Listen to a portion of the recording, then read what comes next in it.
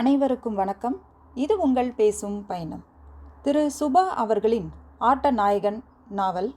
அத்தியாயம் துவங்கும் முன் ஏப்ரல் 10 வெள்ளிக்கிழமை ஆனந்த் ஆட்டோவிலிருந்து இறங்கினான்.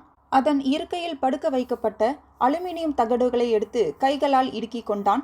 கீழே இருந்த பிளாஸ்டிக் வாளியை அதில் இருந்த திரவத்துடன் தூக்கினான். இப்போது இரு கைகளிலும் பொருட்கள், கையிடுக்கில் தகடுகள். நேர்மேலே சூரியன். ஆனந்தின் நிழல் அவன் காலடியில் கிடந்தது. ஆனந்த் எதிரே இருந்த கட்டிடத்தை பார்த்தான். சற்றே விரிந்த தாமரை மூக்கு போல அமைப்பு, கண்ணாடி சுவர்கள். ஆனந்தை பார்த்ததும் வாயிற் காப்பாளன் தடுத்தான். ஸ்டோர் ரூம் பின்பக்கம் இருக்கிறது என்றான். ஆனந்தின் கைகளில் இருந்த பொருட்களை பார்த்தபடி, நான் ஸ்டோர் சப்ளை செய்ய வரவில்லை என்றான் ஆனந்த். விஞ்ஞானி நந்தகோபாலின் அழைப்பின் பேரில் வந்திருக்கிறேன். 10 மணிக்கு வர சொல்லி இருக்கிறார். அத்தாச்சி கடிதம். ஆனந்த் வலது கையில் இருந்தவற்றை கீழே வைத்துவிட்டு தன் பையிலிருந்து கவரை எடுத்தான். கூடவே ஒரு மளமள புகைப்படமும் வந்தது. கை நழுவி கீழே விழுந்தது. யார் இந்த பெண்? என் காதலி என்று அவனுக்கு பதில் சொல்லவில்லை. ஆனந்த் அவசரமாக குனிந்து அந்த புகைப்படத்தை எடுத்து பாக்கெட்டில் செருகினான். பிரியா, நீ என்னுடனேயே இரு. நீதான் எனக்கு உற்சாகம் தர வேண்டியவள். கவரை திருப்பி வாங்கி செருகி கொண்டு திறக்கப்பட்ட கதவு வழியே ஆனந்த் உள்ளே நுழைந்தான். ரிசப்ஷனில் இருந்த ஸ்லீவ்லெஸ் பெண்ணிடம் கடிதம் காட்டியதும் காக்கி சட்டை அணிந்த ஒரு பணியாளர் வந்து ஆனந்திடமிருந்து பொருட்களை வாங்கி கொண்டார். இவரை கான்ஃபரன்ஸ் ஹாலிற்கு அழைத்து போங்கள் என்றாள் ரிசப்ஷன் பெண்மணி. படபடக்கும் நெஞ்சுடன் அவரை பின்தொடர்ந்தான் ஆனந்த். கான்ஃபரன்ஸ் ஹாலின் மரக்கதவுகள் அவனை பொறுத்தவரையில் சொர்க்க கதவுகளாக தெரிந்தன. உள்ளே கோட்டும் சூட்டும் அணிந்த தேவர்கள் அவன் வரவிற்காக காத்திருந்தது போல் இருந்தது. குட் மார்னிங் எவ்ரிபடி என்று கைகளை கூப்பினான். 6 நபர்கள் வட்டமான மேஜையை சுற்றி உட்கார்ந்து இருந்தனர். 5 ஆண்கள், ஒரு பெண்மணி. அந்த ஹாலின் இன்னொரு கதவு திறந்து உள்ளே அடுத்த மனிதர் நுழைந்தார். அவர் உயரமாய் இருந்தார். சற்று சதுரமான முகம், மூக்கின் மத்தியில் நிற்கும் தங்க ஃப்ரேம் கண்ணாடி, ஃப்ரெஷ் மீசை, கோட்பையில் தங்க மூடியுடன் பேனா. அவர்தான் விஞ்ஞானி நந்தகோபால் என்பது ஆனந்திற்கு உடனே புரிந்தது. விஞ்ஞான பத்திரிகைகளில் அடிக்கடி பார்த்த புகைப்படங்களில் இருந்த அதே முகம். அவருக்கு வணக்கம் சொன்னான். அவர் கண்ணாடியை சற்றே மேலேற்றி கொண்டு, நீங்கள்தான் ஆனந்தா என்றார். Yes sir. உட்காருங்கள் என்று அவனுக்கு ஒரு இருக்கையை காண்பித்துவிட்டு நந்தகோபால் மற்றவர்கள் பக்கம் திரும்பினார். மேஜையிலிருந்து ஒரு ஃபைலை பிரித்து விவரங்களை சரிபார்த்து பேசினார். இவர் பெயர் ஆனந்த், எலக்ட்ரிக்கல் இன்ஜினியர். மிக குறைந்த விலையில் தட்டுப்பாடற்ற மின்சாரம் தயாரிப்பது பற்றி இவர் அரசுக்கு ஒரு விண்ணப்பம் சமர்ப்பித்து இருந்தார். இவருடைய ஆராய்ச்சி முடிவு உண்மையானது தானா, இவர் சொல்லும் முறையில் மின்சாரம் தயாரிப்பது சாத்தியமா என்று கண்டறியத்தான் அரசாங்கம் நம் குழுவை நியமித்து இருக்கிறது. இவருடைய ஆராய்ச்சி குறித்த எந்த சந்தேகமாய் இருந்தாலும் நீங்கள் தயங்காமல் குறுக்கிட்டு கேட்கலாம். ஆனந்த் எல்லா கேள்விகளுக்கும் பதில் சொல்ல கடமைப்பட்டவர். அவருடைய ஆராய்ச்சி முடிவு மட்டும் வெற்றிகரமாக இருந்தால் அது இந்தியாவில் ஒரு மாபெரும் புரட்சியையே தோற்றுவிக்கும் என்பதை மறக்காதீர்கள். சொல்லிவிட்டு அவரும் தன் இருக்கையில் அமர்ந்தார்.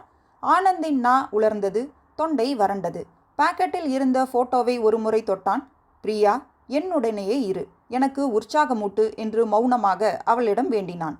தன் உபகரணங்களை எடுத்து மேஜை மீது ஒவ்வொன்றாக பொருத்தினான். அத்தனை பேரும் அவனையே உன்னிப்பாக கவனிக்கும் உணர்வின் காரணமாக எலும்புகள் நடுங்கின. தன்னைத்தானே தைரியப்படுத்தி கொண்டு பேசலானான். மதிப்பிற்குரிய விஞ்ஞானிகளே, என் ஆராய்ச்சி பற்றிய முழு விவரங்களையும் ஏற்கனவே நீங்கள் படித்திருக்கக்கூடும். இப்போது இங்கே உங்கள் கண் முன் நான் அதை டெமான்ஸ்ட்ரேட் செய்து காட்டப்போகிறேன். வித்தை காட்டுபவன் போல அவன் ஒவ்வொரு பகுதியாக தொட்டு காட்டினான். இது இயற்கை நமக்கு அளித்துள்ள பரிசு என்று 2 உள்ளங்கைகளையும் திறந்து காட்டினான். இவை ஒரு காட்டு மரத்தின் பழங்களில் கிடைக்கும் கொட்டைகள். இந்த மரத்திற்கு மின்தான மரம் என்று நான் பெயரிட்டுள்ளேன். இந்த கொட்டைகளை இந்த இயந்திரத்தில் போட்டு சில ரசாயனங்களை சேர்த்தவுடன் இந்த கொட்டைகள் கரையும் போது இதிலிருந்து வெளிப்படும் சக்கையை மின்சாரமாக மாற்றுவதற்கான கருவிகள்தான் இவை. வெயிட் என்றால் அந்த பெண்மணி. இந்த விதைகளை ரசாயனத்துடன் சேர்க்கும் இந்த பாத்திரத்திற்கு எதற்கு மின்சார தொடர்பு கொடுத்திருக்கிறீர்கள்? விதைகளை ரசாயனத்தில் குறிப்பிட்ட வேகத்தில் தான் அரைக்க வேண்டும். இந்த பாத்திரம் ஒரு மிக்சியைப் போல சுழன்று விதையை உடைத்து பொடியாக்கும். அதே சமயம் மெலிதான வெப்பத்தையும் இந்த கலவைக்குள் செலுத்தும். அதற்காகத்தான் இந்த இயந்திரத்திற்கு மட்டும் வெளியிலிருந்து மின்சாரம் தேவை. அம்மணி மௌனமாக கைகளை மடியில் சேர்த்து கொண்டாள். ஆனந்த் உபகரணங்களை விலக்கிவிட்டு தன் சோதனைகளை அவர்களுக்கு முன் துவங்கினான். 4 கட்டங்களை தாண்டி ஒரு மின்காந்த பகுதி அருகே இருந்த 2 ஒயர்கள் மூலம் தொடர்பு ஏற்படுத்தியதும் மின் பல்பு எரிந்தது. ஒரு மின் விசிறி சுழன்றது. 3 பேர் கைகளை தட்டி தங்கள் பாராட்டுகளை தெரிவிக்க விஞ்ஞானி நந்தகோபால் எழுந்தார். ரசாயன பகுதிக்கு போகும் மின்சாரத்தை துண்டித்தார். உடனே பல்ப் அணைந்தது. ஆனந்த் பதறினான். அந்த கொட்டைகள் குறிப்பிட்ட வேகத்தில் ரசாயனத்துடன் கலந்து சுழல வேண்டும். அதற்காகத்தான் அந்த இயந்திரம். அப்போதுதான் மின்சாரம் உற்பத்தியாகும். அதை ஏன் அணைத்தீர்கள்? பொய். நீ சொல்வதெல்லாம் பொய், செய்வதெல்லாம் பித்தலாட்டம். விதைகளை ரசாயனத்தில் கலக்கும் பாத்திரத்திற்கு தேவை என்று பிளக் மூலம் மின்சாரம் எடுத்து அதையே அந்த ரசாயனங்கள் மூலம் அடுத்தடுத்து நகர்த்தி கடைசி கட்டத்தில் உன் ஆராய்ச்சியில் தயாரான மின்சாரம் போல காட்டுகிறாய். இந்த சுவிட்சை தட்டியதும் உன் மின்சார உற்பத்தியே நின்றுவிட்டது. நந்தகோபால் ஆவேசத்துடன் பேசினார். No sir. ஆனந்த் இரு கைகளையும் உயர்த்தி பேசும் குரலில் பேசினான். இந்த பாத்திரத்தில் அரைப்பதற்கு தேவையான வேகத்தையும் வெப்பத்தையும் சீராக வைத்துக்கொள்ள மட்டும்தான் எனக்கு வெளியிலிருந்து மின்சாரம் தேவை. இதே காரியங்களை மின்சாரம் இல்லாமல் செய்ய முடிந்தால் கூட இந்த ரிசல்ட் மாறாது. அதற்கான விதிமுறைகளை நாம் கண்டுபிடிக்கலாம். ஆனால் அவசரப்பட்டு இங்கே வரும் மின்சாரத்தை தான் இதில் உற்பத்தியான மின்சாரமாக நான் சொல்லி ஏமாற்றுகிறேன் என்று மட்டும் சொல்லாதீர்கள். பின் இயந்திரத்திற்கு உள்ளே போகும் மின்சாரத்தை கட் பண்ணியவுடன் ஏன் உன் மிஷின் உபயோகமற்று போனது? இந்த ரசாயன மாற்றத்தில் ஒரே வேகம் இருக்க வேண்டும். அது தடைப்பட்டவுடன் உற்பத்தியும் தடைப்பட்டு விட்டது. உடான்ஸ், இன்னொரு முக்கியமான உள்சதி உண்டு. மின்சாரம் வேறு வேறு சக்திகளில் உருவாகிறது. அதை நாம் தான் நமக்கு ஏற்ற வோல்டேஜ் விகிதத்தில் எடுத்துக்கொள்கிறோம். சில மேல் நாடுகளில் 110 வோல்டேஜ் மின்சாரம் தான் பயன்படுகிறது. நமது நாட்டில் 240 வோல்டேஜ் மின்சாரம் பயன்படுத்துகிறோம். இப்படி இருக்கையில் நீ கொண்டு வந்திருக்கும் இயந்திரம் மிக சரியாக 240 வோல்டேஜ் மின்சாரத்தையே உற்பத்தி செய்கிறதே. அது எப்படி? 100 வோல்ட்டாகவோ 400 வோல்ட்டாகவோ அது ஏன் இல்லை? அது இந்த மின்சாதன மரத்தின் விதைகளுக்கு அந்த பண்பு இருக்கிறது என்று நான் நினைக்கிறேன். இல்லை, உள்ளே அனுப்பும் மின்சாரத்தின் அதே அளவு வோல்டேஜ் வெளியே வரும் மின்சாரத்திலும் இருக்கும். ஏன் என்றால் அவை இரண்டும் ஒரே மின்சாரம்தான். இல்லை சார், பேட்டரியால் இந்த ரசாயன வேகத்தை கட்டுப்படுத்த முடிந்தால் கூட வெளியே வரும் மின்சாரம் அதே அளவுதான் இருக்கும். அதை முதலிலேயே நீ செய்து காட்டியிருக்க வேண்டும். வேண்டுமானால் ஒன்று செய்யுங்கள். உள்ளே செலுத்தப்படும் மின்சாரத்தின் அளவை 1 மீட்டர் வைத்து அளவிடுங்கள். வெளியே வரும் மின்சாரத்தை 200 மீட்டர் வைத்து அளந்து பாருங்கள். நிச்சயம் வித்தியாசம் இருக்கும்.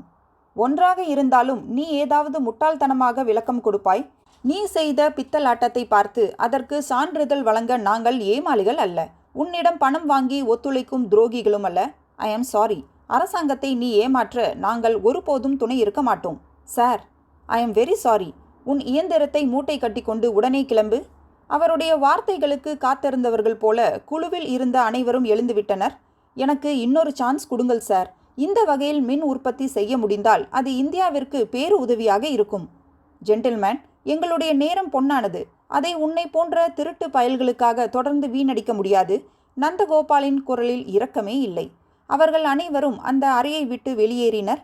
ஆனந்த் அதிர்ந்து போய் நின்றான். பாக்கெட்டிலிருந்து போட்டோவை எடுத்தான். பிரியா, நான் தோற்றுவிட்டேன். சூடான கண்ணீர் முத்துக்கள் பிரியாவின் முகத்தில் விழுந்து தெரித்தன. இனி கதை துவங்குகிறது. அத்தியாயம் 1. செப்டம்பர் 10 வியாழன். மேகங்களுக்கு மேலே விமானம் பறந்து கொண்டிருந்தது. ஜன்னல் கண்ணாடியில் முகம் புதைத்து வெளியே பார்த்து கொண்டிருந்த பிரியாவின் கண்களில் பட்டாசு வெளிச்சம். மேகத்தை பார்த்தீர்களா ஆனந்த்? பால் நுரை போல எவ்வளவு அழகு! பார்க்கவே லவ்லியா இருக்கு. தெரியாதனமாக யாராச்சும் இங்கே நடந்து வந்தா என்ன ஆகும் ஆனந்த்? என்ன ஆகும்? விமானத்தில் ஒரு தேவதையை பார்த்த சந்தோஷத்தோட சொயின்னு பூமிக்கு இறங்கி போக வேண்டியதுதான். ஆனந்த் அவளுடைய கையை எடுத்து மடியில் வைத்து விரல் விரலாக நீவி கொடுத்தான். ஏய், யாரும் பார்க்கக்கூடாதுன்னு தான் இவ்வளவு செலவு பண்ணி பிளேனில் அழைச்சிட்டு வந்திருக்கீங்க. அப்புறம் பிளேனில் என்ன பார்த்துட்டு அது இதுன்னு ஏன் பயமுறுத்துறீங்க? போலியான பயத்தை கண்களில் தேக்கி அவள் திகைத்ததே வேடிக்கையாக இருந்தது. அவளை இவ்வளவு கிட்டத்தில் பார்க்கும்போது ஆனந்திற்குள் மின்சாரம் வெடித்தது. இன்னும் 2 நாட்களுக்கு இவன் அருகிலேயே இருக்கப் போகிறாள் என்ற எண்ணமே உள்ளங்கால் முதல் உச்சி மண்டை வரை கிர் என்று போதை ஏற்றியது. பிரியாவின் சருமத்தில் சூரிய வெளிச்சம் பட்டு தகதகவென்று மின்னியது. வளைந்த புருவங்கள், பெரிய வெண்விழிகள், தீர்க்கமான நாசி, வடிவமான சிவந்த ஈர உதடுகள், மேல் உதடுக்கு மேலே ஒரு அழகு மச்சம், தலையசைக்கும் போது ஊஞ்சலாடும் காது ஜிமிக்கிகள். அப்படியே சாய்ந்து அவள் காது மடலை கடித்தான். அவள் சிலிர்த்து விலகினாள். ஏய் வாலு, சரியான நாய்க்குட்டி நீ. கடிக்கிற பாரு. கடிக்க போறேன், கிள்ள போறேன், வாசனை பார்க்க போறேன், வாயில் போட்டு மெல்ல போறேன். அவ்வளவுதானா? போலியான ஏமாற்றத்தை குரலில் காட்டினாள் பிரியா. நீ என்னவோ என்ன லவ் பண்ற, மெட்ராஸில் இருந்தா ஒரே தொந்தரவா இருக்கு, அதனால மும்பை வரைக்கும் பிரைவேட்டா ஒரு ட்ரிப் போயிட்டு வரலாம்னு சொன்னேன்னு நினச்சிட்டு இருந்தேன். கடைசியில் கடிச்சு தின்றதுக்கு தான் அழைச்சிட்டு வந்தியா? கடிக்க கடிக்க லவ் ஜாஸ்தியாகும் பிரியா. அதுதான் இதில் ஸ்பெஷாலிட்டி. நீயும் கடிச்சு பாரேன். போடா போக்கிரி என்றபோது ஸ்பீக்கர்களில் அறிவிப்பு வந்தது. மும்பையை நெருங்கிவிட்டோம். தயவு செய்து உங்கள் இருக்கைகளில் நிமிர்த்தி கொள்ளுங்கள். சீட் பெல்ட்டை அணிந்து கொள்ளுங்கள். பயணத்தை நீங்கள் ரசித்திருப்பீர்கள். கேப்டன் வர்மாவும் அவர் குழுவும் உங்களுக்கு மாலை வணக்கம் சொல்வதில் மகிழ்கிறோம். சீட் பெல்ட்டுகளை அணிந்தனர். கையுடன் கை கோர்த்து விரல்களை முறித்தனர். விமானம் மேகத்தை மோதி கீழே இறங்க திடீரென திரை விளக்கப்பட்டது போல மும்பை. தீயின் நாக்குகளின் வடிவத்தில் நகரத்திற்குள் அங்கங்கே பிரவேசித்திருந்த கடல், சாக் பீஸ்களை நிற்க வைத்தது போல் தெரியும் உயரமான கட்டிடங்கள், டெலிவிஷன் கோபுரம், செல்லுலார் போன்களின் கோபுரங்கள். விமானம் தலைய செல்வம் செழிக்கும் மும்பை நகரம் மிதந்து மேலே வந்தது. விமான நிலையத்தை வட்டமிட்ட போது, அட நாய்க்குட்டிகள் போல எத்தனை விமானங்கள்! இவ்வளவு பெரிய விமான நிலையமா? விமானம் ரன்வேயை தொட்டபோது ஏற்பட்ட சின்ன உதறலுக்கு பிரியா ஆனந்தை இருக்க பற்றினாள். அவன் எதிர்பாராத கணத்தில் பச் என்று கன்னத்தில் ஒரு முத்தம் பதித்தாள். டியர், நிஜமாகவே மும்பை வந்துவிட்டோம். எஸ் என்றான் ஆனந்த் மூச்சை உள்ளிழுத்து. சாமி கிட்ட வேண்டிக்க, தூரத்து சித்தப்பா பையன் ஒன்று விட்ட மாமாவோட மச்சினன்னு எவனாவது பார்த்து தொலைக்க கூடாதுன்னு வேண்டிக்க. உடனே ஊருக்கு ஃபோன் பண்ணி, உங்கள் பொண்ணு காலேஜில் எஜுகேஷன் டூர் போயிருக்கான்னு நினச்சிட்டு இருக்கீங்களா? அவள் ஒசரமா ஓடான் மாதிரி மூஞ்சி இருக்கிற மீசை வச்ச ஒரு பையனோட மும்பையில் சுற்றிட்டு இருக்கான்னு வத்தி வச்சிடுவாங்க. ஆனந்த், இப்படியெல்லாம் நீ பேசினா என் மூட் அவுட் ஆகிடும். நானே திக்குன்னு வந்துட்டுருக்கேன். என்னை பயமுறுத்தாத. பிரியாவின் கண்கள் கலங்கின. அட லூசு பொண்ணே, அப்படி எவனாச்சும் பார்த்தாதான் என்ன? அவன்கிட்டயே போய் டைம் கேட்போம். ஹாயா பூயான்னு நீ ஏதாவது ஒரு பாஷையில் பேசு. செல்லம்மா அவன் மண்டையில் தட்டு. சைனாலேருந்து வந்த பொண்ணுன்னு நான் சொல்கிறேன். உலகத்தில் 7 பேர் ஒரே மாதிரி இருப்பாங்களே. நீ வர வர ரொம்ப பேத்துற. நீ பக்கத்தில் இருந்தால் எல்லாமே குழம்பி போயிடுது பிரியா. ஆமாம், இவன் என்ன பீச் ரோட்டில் ஊர்வலம் போகிற மாதிரி ரன்வேயிலே இத்தனை தூரம் ஊர்ந்துட்டுருக்கான்? மும்பை பெரிய ஏர்போர்ட் கண்ணா. எந்த ஹோட்டலில் ரூம் புக் பண்ணியிருக்க? Hotel chance. மணல்? எஸ். ஜூஹூ பீச் பக்கத்தில் ஹோட்டலாம். நல்லா இருக்கும்னு என் ஃப்ரெண்ட் சொன்னான். நைட்டில் அப்படியே பீச் பக்கம் ஒரு வாக் போயிட்டு மணலை உட்கார்ந்து மடி மேலே தலை வச்சு. சொல்லாதே, இப்பவே உடம்பு குறுகுறுங்குது என்றாள் பிரியா, 2 பெரிய இமைகளையும் அழுந்த மூடி. விமானம் முடிவாக நிறுத்தத்திற்கு வந்து அவர்கள் கைகோர்த்து எழுந்தார்கள். தங்கள் பெட்டிகளை கவர அவர்கள் கன்வேயர் பெல்ட் அருகே காத்திருந்த போது ஸ்பீக்கரில் அந்த அறிவிப்பு வந்தது. சென்னையிலிருந்து ஏர் இந்தியா விமானம் மூலம் வந்து இறங்கிய பயணிகள் மிஸ்டர் கே ஆனந்த் மற்றும் மிஸ் பிரியா இருவரும் உடனே ஏர்போர்ட் மேனேஜரின் அறைக்கு வர சொல்லி கேட்டுக்கொள்ளப்படுகிறார்கள். மிக அவசரம். திடுக்கிட்டார்கள். ஒருவரை ஒருவர் பார்த்து கொண்டார்கள். யாருக்கும் தெரியாமல் வந்ததை கூட யாரோ மோப்பம் பிடித்து விட்டார்களா என்ன? ஆனந்த், எனக்கு பயமா இருக்கு என்றாள் பிரியா அவன் கையை பற்றியபடி. எங்க அப்பாவுக்கு விஷயம் லீக் ஆகி மும்பைக்கு தகவல் கொடுத்துட்டாரா? ஆனந்த் அண்ட் பிரியான்னு தெளிவா நம்ம பேரை சொல்றாங்களே. ஒருவேளை ஊர்ல யாருக்காவது ஆபத்தா? ஆனந்த் இப்படியே ஓடி போயிடலாமா? சி வா, என்னதான் விஷயம்னு தெரிஞ்சுக்கலாம். பயண பைகளை தூக்கி கொண்டு ஏர்போர்ட் மேனேஜரின் அறைக்கு அவர்கள் நடந்தார்கள். அதற்குள் அதே அறிவிப்பு இன்னும் 2 முறை ஒளிபரப்பாகி விட்டது. ஏர்போர்ட் மேனேஜரின் மேஜை மீது 6-7 போன்கள் இருந்தன. மிஸ்டர் ஆனந்த் என்றார். எஸ். உட்காருங்கள் என்றார் ஆங்கிலத்தில். எழுந்து ஒரு திரை விளக்கினார்.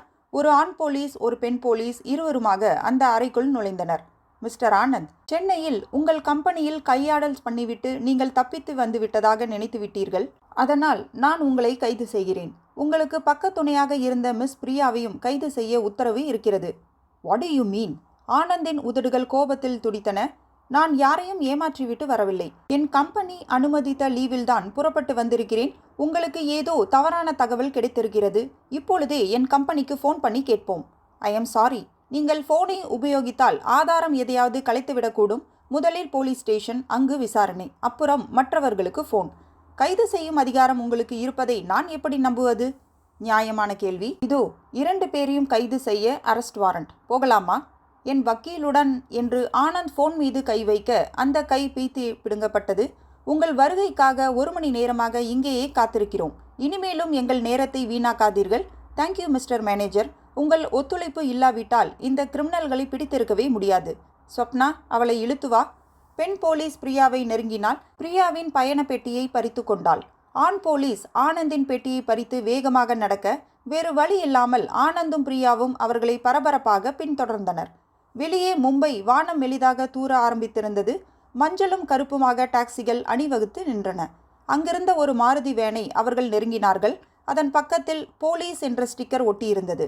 மாருதி வேனின் கதவை திறந்து அவர்களுடைய பெட்டிகளை உள்ளே எறிந்த ஆண் போலீஸ், கெட் இன் என்றான். இது போலீஸ் வேன் போல இல்லையே என்றான் ஆனந்த் காக்கி உடை அணிந்த டிரைவரை பார்த்து கொண்டே. மும்பை போலீஸ் வாகனங்களை இதற்கு முன் நீ பார்த்திருக்கிறாயா? நேரத்தை வீணாக்காதே. இங்கே போக்குவரத்து நெரிசல் அதிகம். நாம் உடனே இந்த இடத்தை காலி செய்ய வேண்டும். பெண் போலீஸ் பிரியாவை உள்ளே உந்தி தள்ள ஆனந்த் வேறு வழியின்றி அவள் பின்னே ஏறினான்.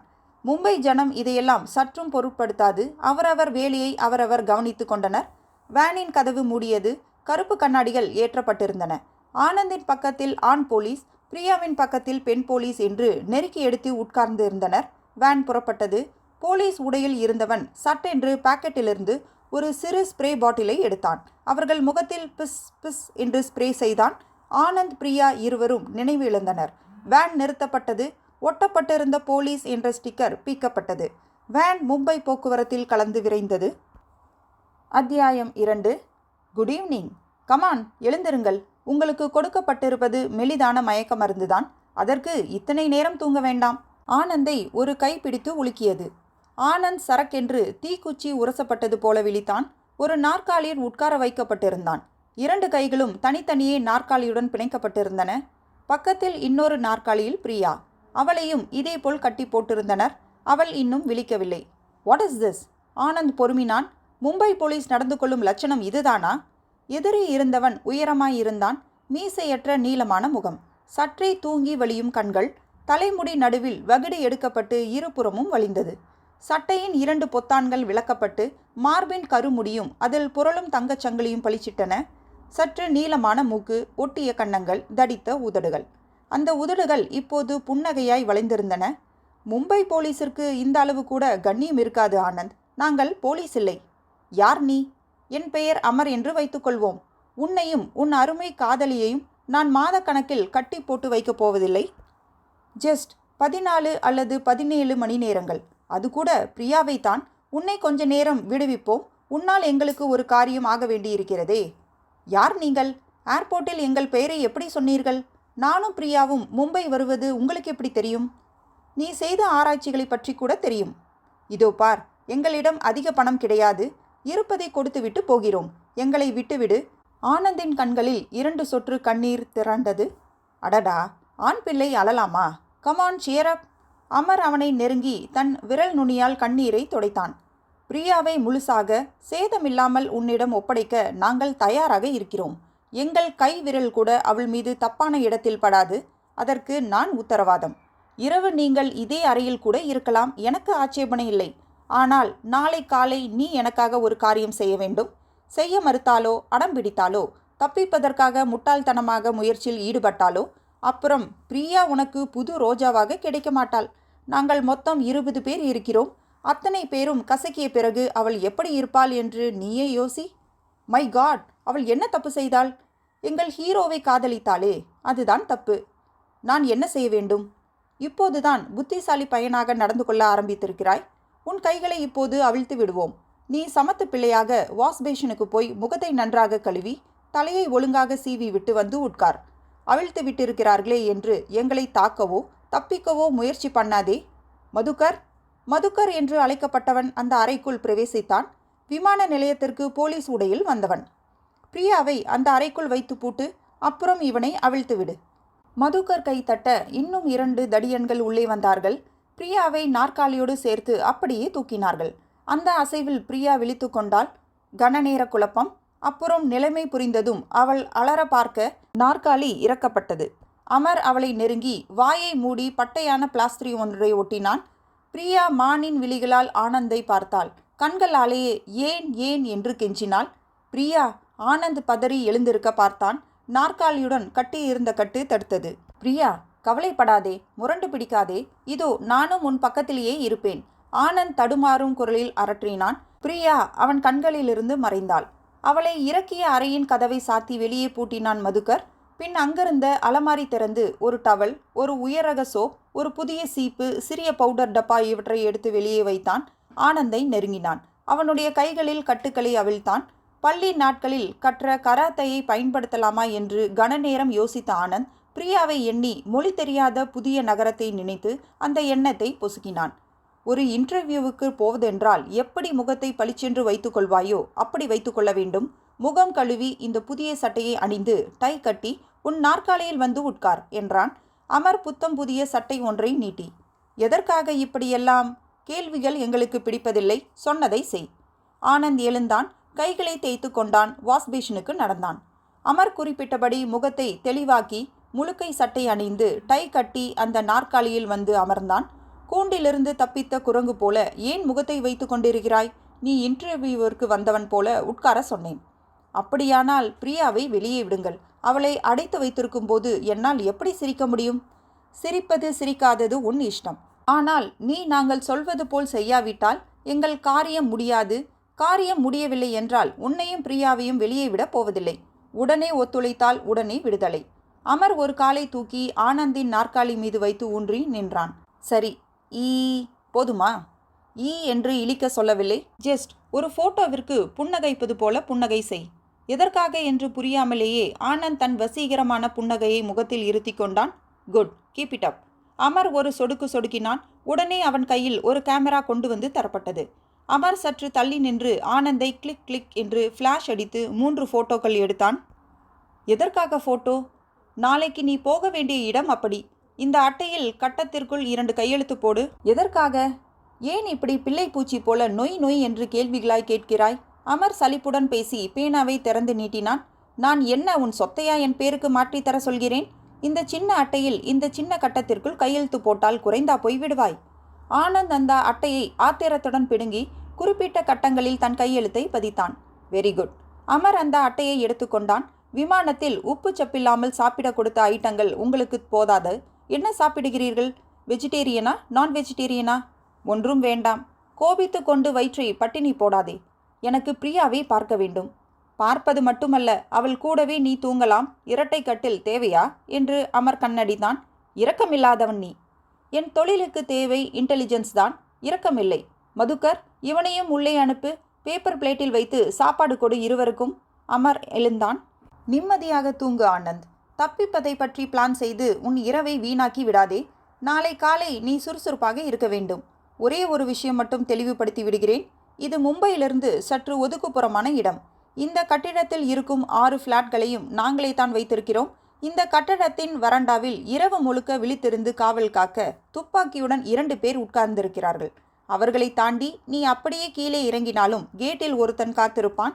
அவனை ஏமாற்றிவிட்டு காம்பவுண்ட் சுவர் ஏறி குதிக்க திட்டமிட்டிருந்தால் 3 பசித்த அல்சேஷன்கள் இரவு முழுவதும் காம்பவுண்டிற்குள் ரோந்து போய்கொண்டே இருக்கும். அதனால் தயவு செய்து தப்பித்து பார்த்து உன்னையும் காயப்படுத்தி கொண்டு பிரியாவின் பத்திரத்தையும் கிடப்பில் எறியாதே. Good night.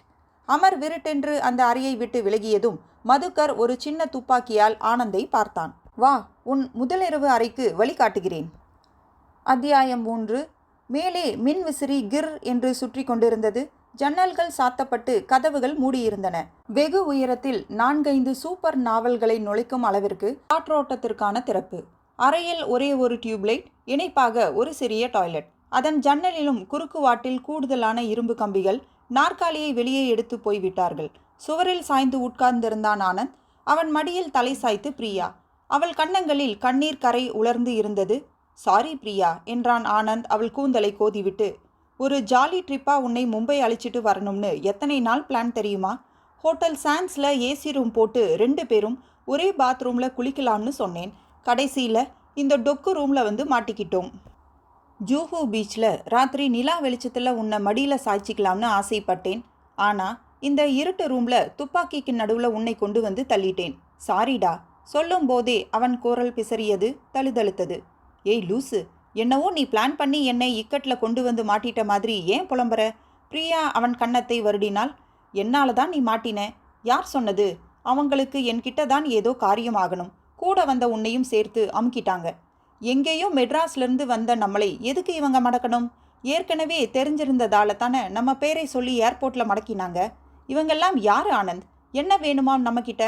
எனக்கு புரியலை பிரியா. 16-17 மணி நேரத்தில் நம்மளை விட்டுடுவோம்னு சொல்லியிருக்காங்க. நாளைக்கு எனக்கு ஏதோ வேலை இருக்குன்னு சொன்னாங்க. விடிஞ்சாதான் எதுவும் புரியும். எனக்கு பயமாக இருக்கு ஆனந்த். எனக்காக பார்த்துட்டு நீ எதுவும் ஆபத்தில் மாட்டிக்காத. போலீஸை நம்மளால் காண்டாக்ட் பண்ணவே முடியாதா? சான்ஸே இல்லை. நாம் இருக்கிறது கீழ் போர்ஷனா மாடி போர்ஷனான்னு கூட தெரியல. வெளியே பார்க்க முடியல. பக்கத்தில் ஃபோன் இருக்கான்னு தெரியாது. நாளைக்கு நான் வெளியில் போனால் ட்ரை பண்ணுறேன். என்னை தனியாக விட்டுட்டு போவியா ஆனந்த்? பயத்தில் அவள் அவனுடன் இன்னும் ஒன்றிக்கொண்டாள். தெரியலையே.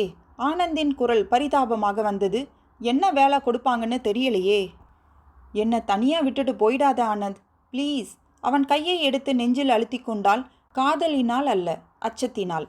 அத்தியாயம் 4. செப்டம்பர் 11 வெள்ளி. களைப்பா, அசதியா அல்லது கவலையா, ஏதோ ஒன்று அவர்கள் அறியாத நேரத்தில் இழுத்து தூக்கத்தில் தள்ளியிருந்தது. அதிகாலையில் கதவு திறக்கப்படும் ஒலி கேட்டு ஆனந்த் திடுக்கிட்டு விழித்தான். மதுக்கர். Good morning. இப்போது நேரம் காலை 5 மணி. பெட் காஃபி, பெட் சாயா பழக்கம் உண்டா? அவனுடைய குரல் கேட்டு கூட பிரியா விழிக்கவில்லை.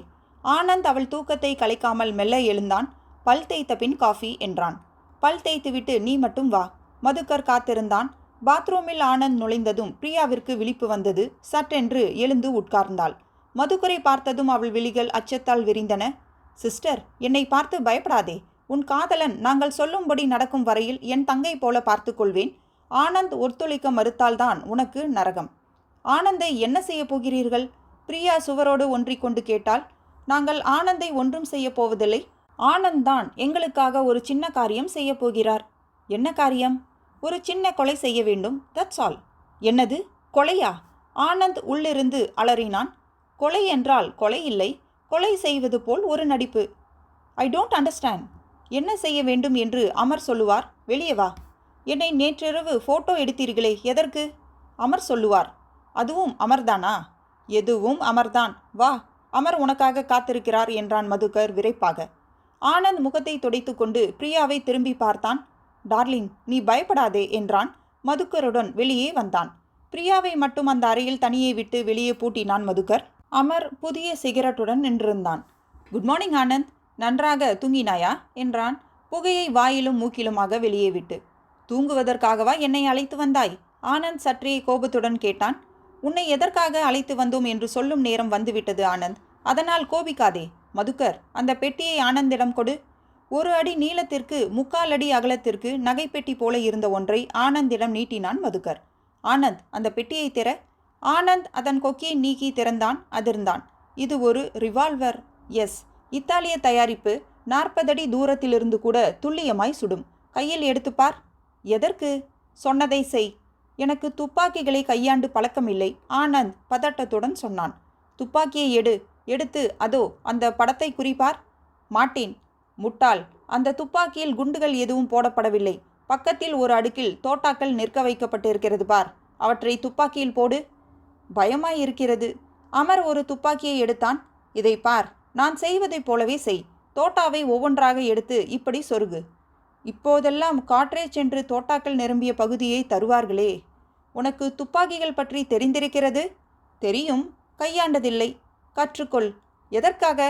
நான் ஒரு சின்ன நாடகம் ஆடப்போகிறேன். அதற்கு இது ஒத்திகை. சொன்னதை செய். அமர் ஆனந்தின் அருகில் வந்து தன் கையில் இருந்த துப்பாக்கியை திறந்து தோட்டாக்களை செருகி காட்டினான். ஆனந்த் அதே போல தன்னிடமிருந்த துப்பாக்கியில் தோட்டாக்களை செருகினான். சரையிலென துப்பாக்கியை உயர்த்தி அமரை குறிவைத்தான். முகம் இறுகியது. இப்போது துப்பாக்கி என் கையில். நான் சொல்வதை நீ செய் என்றான் உருமலாய். அமர் சற்றும் அச்சப்படாமல் சிரித்தான். நான் என்ன அப்படி ஒரு அடிமுட்டாளாய் இருப்பேன் என்று நினைத்தாயா? துப்பாக்கியில் சேஃப்டி கேச் என்ற ஒரு பகுதி இருக்கிறதே, அது எங்கே இருக்கிறது என்று கூட உனக்கு தெரியாது. அதை விடுவிக்காமல் சுட முடியாது. சுட்டு பாரேன் என்று சட்டையை விலக்கி மார்பை திறந்து காட்டினான். ஆனந்த் தயங்கினான். மதுக்கர் அவனை நெருங்கி துப்பாக்கி வைத்த பெட்டியை திறந்து காட்டினான். இதில் வைத்துவிடு. வேண்டுமானால் அமரிடம் இருக்கும் துப்பாக்கியில் முயற்சி செய்து பார். ஆனந்தின் விரல்கள் நடுங்கின. உண்மையிலேயே சேஃப்டி கேட்ச் பற்றி கேள்விப்பட்டிருந்தானே தவிர அது எந்த பகுதியில் இருக்கிறது, எப்படி இயக்க வேண்டும் என்று எதுவும் அவனுக்கு புரியவில்லை. தோல்வியை ஏற்றுக்கொள்ளும் விதமாக துப்பாக்கியை அந்த பெட்டியில் துப்பாக்கிக்கு என்று ஒதுக்கி இருந்த வெல்வெட் பரப்பில் வைத்தான். அமர் அந்த பெட்டியை மூடி மதுக்கரிடம் நீட்டினான். தன் கையில் இருந்த துப்பாக்கியை ஆனந்திடம் கொடுத்தான். நீ கையில் வைத்து பார்த்தது உண்மையான துப்பாக்கி. இப்போது வைத்திருப்பது ஒரு டம்மி துப்பாக்கி. இதில் இருக்கும் தோட்டாக்களும் போலியானவை. இதை சுட்டு பார்க்கிறாயா? ஆனந்த் அந்த துப்பாக்கியை கையாண்டதுமே அது போலி என்று தெரிந்தது. முன்னதாக அவன் கையாண்ட உண்மை துப்பாக்கியின் எடையில் பாதி கூட இருக்காது இந்த துப்பாக்கிக்கு. இந்த துப்பாக்கியை உயர்த்தி சுட்டுப்பார். ஆனந்த் அமர் சுட்டி காட்டிய படத்தை நோக்கி குறி வைத்து விசையை இழுத்தான். டப் என்று கேப் வெடிப்பது போன்ற சத்தம் வந்தது. துப்பாக்கி முனையிலிருந்து புகை மிதந்து வந்தது. ஆனந்த் மிரண்டு பார்த்தான். அமர் பகபகவென்று சிரித்தான். நத்திங், இது டிராமா துப்பாக்கி, சத்தம்தான் வரும், சாகடிக்காது. இந்த துப்பாக்கியைத்தான் இன்று நீ பயன்படுத்தப் போகிறாய். பயன்படுத்தி ஒரு ஆளை பயமுறுத்தப் போகிறாய். யாரை? உன்னை அவமதித்தாரே, அசிங்கப்படுத்தி திருப்பி அனுப்பினாரே, விஞ்ஞானி ஒருத்தர், அவரை. என்ன சொல்கிறாய் அமர்? விஞ்ஞானி நந்தகோபாலை நினைவிருக்கிறதா? ஆமாம், ஏப்ரல் 10ஆம் தேதி உன் ஆராய்ச்சியை பித்தலாட்டம் என்று கூறி சபையில் அவமானம் செய்தாரே, அந்த பெரிய விஞ்ஞானியை இன்றைக்கு சுடப்போகிறாய் என்றான் அமர். அத்தியாயம் 5. ஆனந்த் குழப்பத்துடன் அமரை நிமிர்ந்து பார்த்தான். நீ சொல்வது எதுவும் எனக்கு புரியவில்லை. இதை படி. அமர் ஒரு அழைப்பிதழை ஆனந்திடம் தூக்கி போட்டான். ஆனந்த் அதை பிரித்து படித்தான். அழைப்பிதழ் ஆங்கிலத்திலும் அச்சாகி இருந்தது. அகில இந்திய விஞ்ஞானிகள் சந்திப்பு. நாள் செப்டம்பர் 11 வெள்ளி. இடம் சத்ரபதி சிவாஜி அரங்கம், மும்பை. தலைமை விஞ்ஞானி டாக்டர் நந்தகோபால். முன்னிலை விஞ்ஞானி விக்டர் ஹெட்டோஸ், அமெரிக்க விஞ்ஞானிகள் கழகம். பொருள்: போர் முனையில் ரசாயனம். நேரம் காலை 10 மணி முதல் மதியம் 12 வரை. அழைப்பிதழின் கீழே அனுமதி அழைப்பு உள்ளவர்களுக்கு மட்டும் என்று அச்சாகி இருந்தது. இது உனக்கான அழைப்பிதழ் என்றான் அமர். இதை வைத்து கொண்டுதான் நீ இந்த சந்திப்பிற்கு போகப் போகிறாய். நானா? நான் ஏன் போக வேண்டும்? விஞ்ஞானி நந்தகோபால் ஒரு பொது மேடையில் இந்தியாவிற்காக உயிரையே கொடுப்பேன், எந்த சக்திக்கும் அஞ்ச மாட்டேன் என்று சவடால் பேசியிருந்தார். இப்போது உலகத்தின் பல பாகங்களில் இருந்து விஞ்ஞானிகள் கலந்து கொள்ளும் இந்த சந்திப்பில் கேவலம் ஒரு துப்பாக்கிக்கு அவர் எப்படி பயந்து நடுங்குகிறார் என்பதை வெளி உலகிற்கு நிரூபிக்கவே இந்த நாடகம். துப்பாக்கியுடன் பேசப்போவது நீ? யார் வேண்டுமானாலும் பயமுறுத்திவிட்டு போகலாமே, குறிப்பாக என்னை ஏன் தேர்வு செய்தீர்கள்? நல்ல கேள்வி. மற்றவர்களை பார்த்தால் அவருக்கு சந்தேகம் வரலாம், வராமல் போகலாம். ஆனால் உன்னை பார்த்தால் அவருக்கு பக் என்று இருக்கும். அவரால் அவமானப்படுத்தப்பட்டவன் நீ. அதனால் உன்னை பார்த்தால் அது நெஜ துப்பாக்கி என்றே அவருக்கு தோன்றிவிடும்.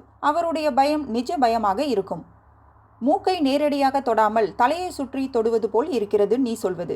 இந்த ஒரு நாடகத்திற்காக என்னையும் பிரியாவையும் சென்னையிலிருந்து கவனித்து மும்பை வந்ததும் கடத்தி நம்ப முடியவில்லை. நீ நம்புவது பற்றி எனக்கு அக்கறை இல்லை. சரி, அவரை பயமுறுத்துவதற்காகவே என்று வைத்து கொண்டாலும் அவரை துப்பாக்கிக்கு பயப்பட வைத்து என்ன சாதிக்கப் போகிறாய்?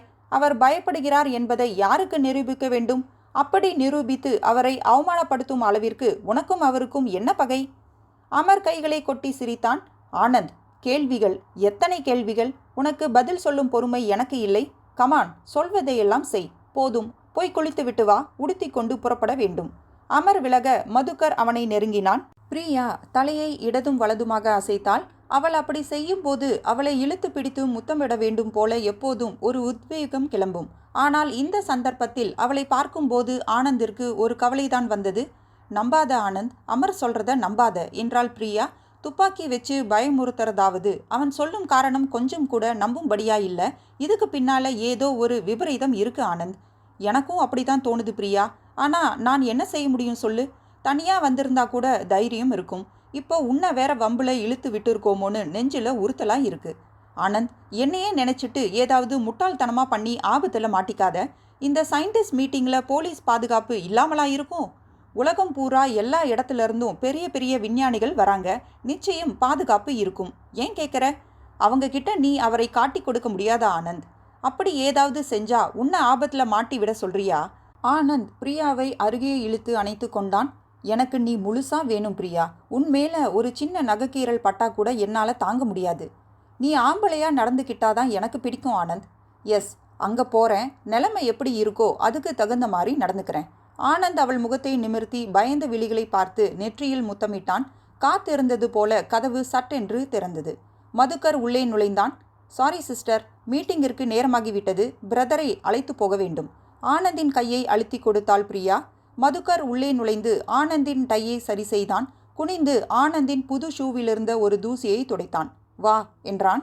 ஆனந்த் பிரியாவிடமிருந்து கண்களை விலக்க முடியாமல் பார்த்து கொண்டே மெல்ல பின்வாங்கி மதுக்கருடன் வெளியே வந்தான். யூ லுக் ரியலி ஸ்மார்ட் என்றான் அமர். ஆனந்த் முகத்தில் உணர்ச்சி எதுவும் காட்டவில்லை. இந்தா. அமர் நீட்டிய சிறிய அட்டையை வாங்கியதும் தான் அது ஒரு அடையாள அட்டை என்று புரிந்தது. அந்த அடையாள அட்டையில் ஆனந்தின் வண்ண புகைப்படம் ஒட்டப்பட்டு விஞ்ஞானிகள் கழகத்தின் முத்திரை குத்தப்பட்டு இருந்தது. இந்த ஐடி கார்டு தயார் செய்வதற்காகத்தான் என்னை நேற்று போட்டோ எடுத்தாயா? எஸ். கீழே இருக்கும் கையெழுத்து நீயே போட்டதுதான். இந்த அட்டையும் அழைப்பிதழும் இருந்தால்தான் உன்னை உள்ளே அனுமதிப்பார்கள். நானும் நீயும் முதல் வரிசையிலேயே உட்காரப் போகிறோம். நான், அமர், ஆனந்த் இருவருடைய பெயரும் ஏ என்ற எழுத்தில் ஆரம்பிக்கிறது.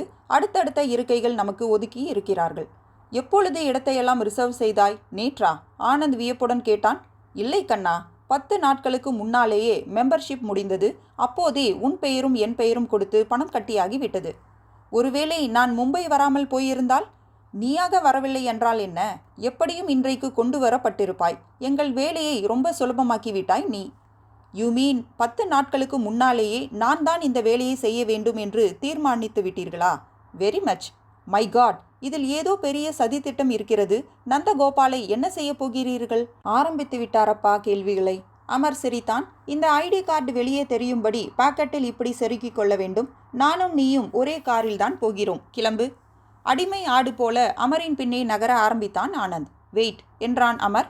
மதுக்கரை பார்த்து அவன் சைகை செய்ய மதுக்கர் ஒரு கருப்பு துணி எடுத்து ஆனந்தின் கண்களை கட்டினான். இப்பொழுது வா என்று அமர் அவன் கைப்பிடித்து வெளியே அழைத்து சென்றான். படிகளில் இறங்குவது தெரிந்தது. மறுபடி படிகளில் வேறு திசையில் ஏறுவதும் தெரிந்தது. அப்புறம் ஒரு லிஃப்டில் நுழைக்கப்பட்டு எத்தனை மாடிகள் என்று புரியாதபடி பயணம் செய்து வெளியே வந்தார்கள். பயணம் செய்த நேரத்தை வைத்து கணக்கிட்டதில் 2வது மாடியாக இருக்கும் என்று தோன்றியது. வேண்டுமென்றே அவனை குழப்புவதற்காக படியேறலும் படியிறங்கலும் நடைபெற்று இருக்க வேண்டும் என்று ஆனந்த் நினைத்தான். காரில் ஏற்றப்பட்ட போது அது மாருதி வேன் என்பதும் புரிந்தது. 10-15 திருப்பங்களுக்கு பிறகு ஆனந்தின் கண்கட்டு அவிழ்த்து விடப்பட்டது. மும்பையின் காலை போக்குவரத்து வெகு பரபரப்பாக இருந்தது. பெரிய சாலையில் அங்கங்கே பந்தல் போட்டு ராட்சச அளவு கணபதி பொம்மைகள் அலங்கரித்தன. லவுட் ஸ்பீக்கர்களில் பக்தி பாடல்களை அனுராதா அலறி கொண்டிருந்தார். இன்னும் 4 நாட்களில் இந்த கணபதி பொம்மைகளை ஊர்வலமாக எடுத்து போய் கடலில் கரைப்பார்கள் என்றான் அமர். எந்த கணபதியை பிடித்திருக்கிறதோ அந்த கணபதியை மனதார வேண்டிக்கொள். போகும் காரியம் நன்றாக நடக்க வேண்டும். பிரியாவை பத்திரமாக திரும்ப பெற வேண்டும் என்று. ஆனந்த் பதில் சொல்லவில்லை. திடீரென்று சாலையின் குறுக்கே ஒரு அலங்கார வளைவு. அப்புறம் வரிசையாக பல பேனர்கள், தோரணங்கள். சாலைகள் முடிவில் அந்த கட்டிடம் தென்பட்டது. சத்ரபதி சிவாஜி அரங்கம். 2 ஆள் உயர கேட்கள். கேட்களின் இருபுறமும் துப்பாக்கி ஏந்திய காவலர்கள். மாருதி வேன் நிறுத்தப்பட்டது. அடையாள அட்டைகள் காட்டப்பட்டதும் உள்ளே அனுமதிக்கப்பட்டது. பார்க்கிங் பகுதியில் வேனை நிறுத்தி இறங்கியபோது ஆனந்த் கவனித்தான். சற்று தூரத்தில் வந்த ஒரு பென்ஸ் காரின் கதவு திறந்து இறங்கிக் கொண்டிருந்தார் விஞ்ஞானி நந்தகோபால்.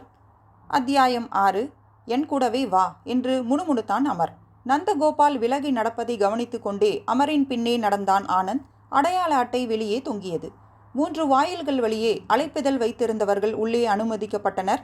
ஒவ்வொரு வாயிலிலும் ஒரு செக்யூரிட்டி ஆசாமி நின்று இருந்தார்.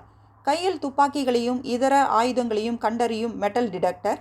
ஆனந்தின் உடம்பில் ஓட்டிய போது டிடெக்டர் கீ கீ என்று சட்டை பை அருகே குரல் கொடுத்தது. ஆனந்த் பாக்கெட்டிலிருந்து ஒரு சாவி கொத்தை எடுத்து நீட்ட செக்யூரிட்டி சிரித்தார். தோளில் தட்டி போ என்றார். ஆனால் அமர் எப்படியும் மாட்டுவான். அவன் இடுப்பில் அந்த டம்மி துப்பாக்கியை எடுத்து செருகிக் கொள்வதை ஆனந்த் பார்த்திருந்தான். ஆனால் அமரின் உடல் மீது அந்த இயந்திரம் ஓட்டப்பட்டது. எந்த ஒலியும் எழுப்பப்படவில்லை. அமர் உள்ளே அனுமதிக்கப்பட்டான். ஆனந்த் வெகுவாக அதிசயித்தான். எப்படி என்றான் அமரிடம் முணுமுணுப்பாக. மெட்டல் டிடெக்டரை அணைத்துவிட்டால் அது சத்தம் எழுப்பாது என்றான் அமர் புன்னகைத்து. எங்கள் கரங்கள் நீண்டவை, எங்கும் பரவி இருப்பவை. மை காட், முதலில் முகத்திலிருந்து அந்த அதிர்ச்சியை விலக்கு. முகத்தை சாதாரணமாக வைத்துக்கொள் என்றான் அமர் சற்றே கோபமாக. அந்த காரிடாரில் சற்று தூரம் நடந்ததும் ஆண்கள் பெண்கள் என்று 2 பாலாருக்குமான டாய்லெட்டுகள் இருந்தன. ஆனந்தின் கையை பிடித்து அமர் டாய்லெட்டிற்குள் இழுத்தான். டாய்லெட் வெகு சுத்தமாக புதிதாக கட்டப்பட்டது போல் இருந்தது. அவர்களை தவிர வேறு யாரும் இல்லை. அமர் தன் பேண்டிலிருந்து டம்மி ரிவால்வரை உருவி அடுத்து ஆனந்தின் இடுப்புக்குள் நுழைத்து கோட்டால் முற்றிலுமாக மூடினான். காரிடாரில் மறுபடி நடை தொடர்ந்தது. நான் உன் காலை மிதித்ததும் நீ செயல்பட வேண்டும். சட்டென்று துப்பாக்கியை எடுத்துக்கொண்டு எழுந்திருக்க வேண்டும். அந்த சமயத்தில் அந்த இடத்திலிருந்து நான் நழுவி விடுவேன். துப்பாக்கியை வெளிக்காட்டாமல் நந்தகோபாலுடன் நீ வம்புக்கு போக வேண்டும். உன் ஆராய்ச்சியை அவமதித்ததை பற்றி பேசு. அப்படி அன்றைக்கு என்னை மேலே முன்னுக்கு வரவிடாமல் செய்தீர்களே, அது உங்கள் சுயநலம்தானே என்று கேள். பதிலுக்கு அவர் ஏதாவது சொல்வார். உடனே கோபப்பட்டவன் போல் துப்பாக்கியை எடுத்து நீட்டு. என்னை மதிக்காத உங்களுக்கு ஒரு மேடை தேவையா? இந்த மேடையே உங்களுக்கு சாவு மேடையாகட்டும் என்று துப்பாக்கியில் விசை இழுப்பது போல் செய். கேப் வெடிக்கும், புகை வரும். சத்தத்தையும் புகையையும் பார்த்து அவர் மிரண்டதும் அதை தூக்கி போட்டுவிட்டு சிரி. காரிடாரில் நடந்து கொண்டே பேசினான் அமர். அதுவரை நான் உயிரோடு இருந்தால். What do you mean? விஞ்ஞானியை பார்த்து நான் துப்பாக்கியை நீட்டினால் செக்யூரிட்டி ஆட்கள் சும்மா வேடிக்கை பார்த்து கொண்டா நிற்பார்கள். டிஷ்யூம் டிஷ்யூம் என்று 2 தோட்டாவால் என் வாழ்க்கையை முடித்து விட மாட்டார்களா? மாட்டார்கள் என்றான் அமர். நீ துப்பாக்கியை தூக்கியதுமே முதல் வரிசையிலும் 2வது வரிசையிலும் இருப்பவர்களும் எழுந்து தாறுமாறாக குறுக்கிலும் நெடுக்கிலும் ஓட ஆரம்பிப்பார்கள். அந்த குழப்பத்தில் செக்யூரிட்டியால் உன்னை குறிவைக்க முடியாது.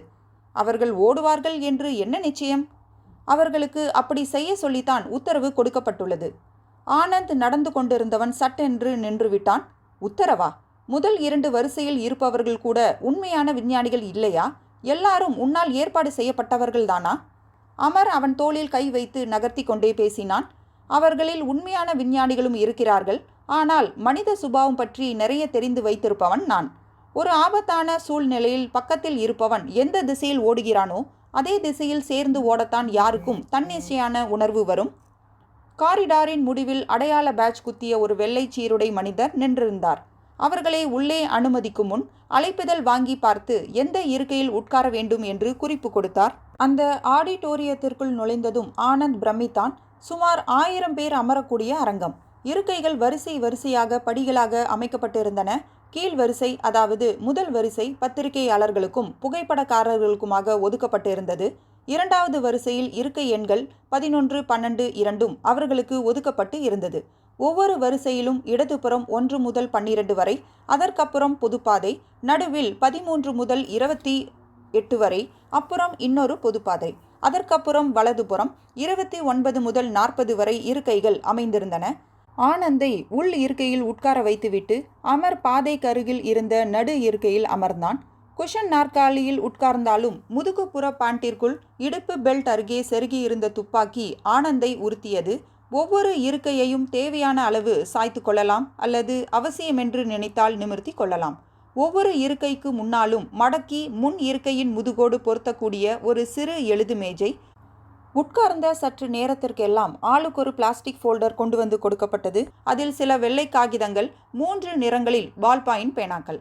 இருக்கையின் கைப்பிடியில் பதித்திருந்த மைக்கை தனியே எடுத்து பேசலாம். ஆனந்த் பார்வையை சுழல விட்டான். 1000 பேர் அமரக்கூடிய அரங்கத்தில் சுமார் 600 பேர் அமர்ந்திருந்தார்கள். மேலே இருந்து டியூப் லைட்டுகள் வெளிச்சம் தூவி கொண்டிருந்தன. மறைவிடத்து ஸ்பீக்கர்களில் ஷிவ்குமார் சர்மாவின் சந்தூர் இனிமையை பொழிந்து கொண்டிருந்தது. ஆனந்த் தனது வலதுபுறம் அமர்ந்து இருந்தவர்களை பார்த்தான். அவருடைய அடையாள அட்டை பெயரை சொன்னது. அகில்ராஜ், வயது 36, நீளமான முகம், பெரிய உருண்டை விழிகள், கண்களுக்கு கீழே மெலிதான கருப்பு வளையங்கள், நேரான பெரிய மூக்கு, மீசை இருபுறமும் இறங்கி குறுந்தாடியும் கைகோர்த்து இருந்தது. சதுரமான கண்ணாடிகள் வெளியே பார்வையை தாக்கியது.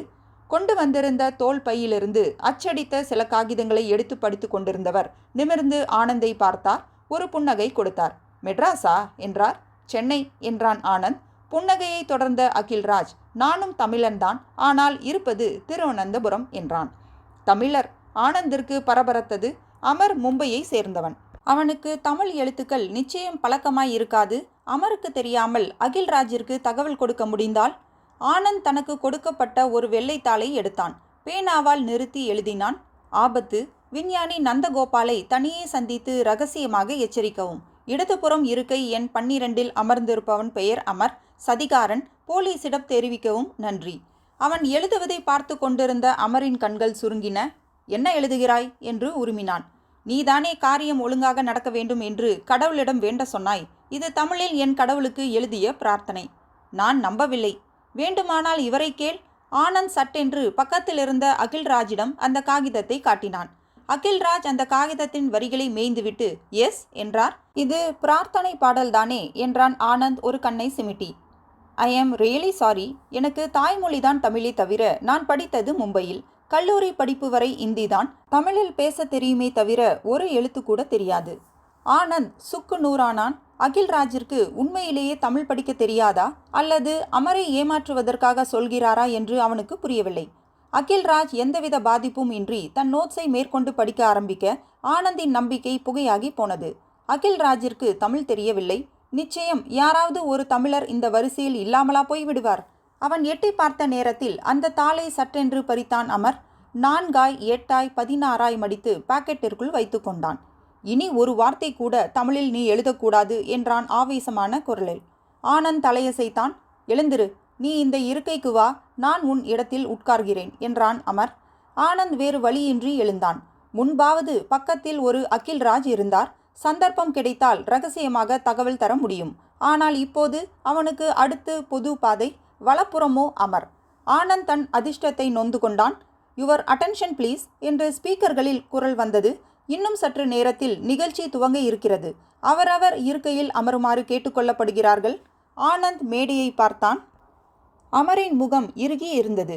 இன்னும் சில விஞ்ஞானிகள் கடைசி நிமிட பரபரப்பாக அரங்கத்திற்குள் நுழைந்து கொண்டிருந்தார்கள். அகில்ராஜ் எந்த கவலையும் இன்றி யாருடனோ செல்லுலார் போனில் சிரித்து சிரித்து பேசிக் கொண்டிருந்தார்.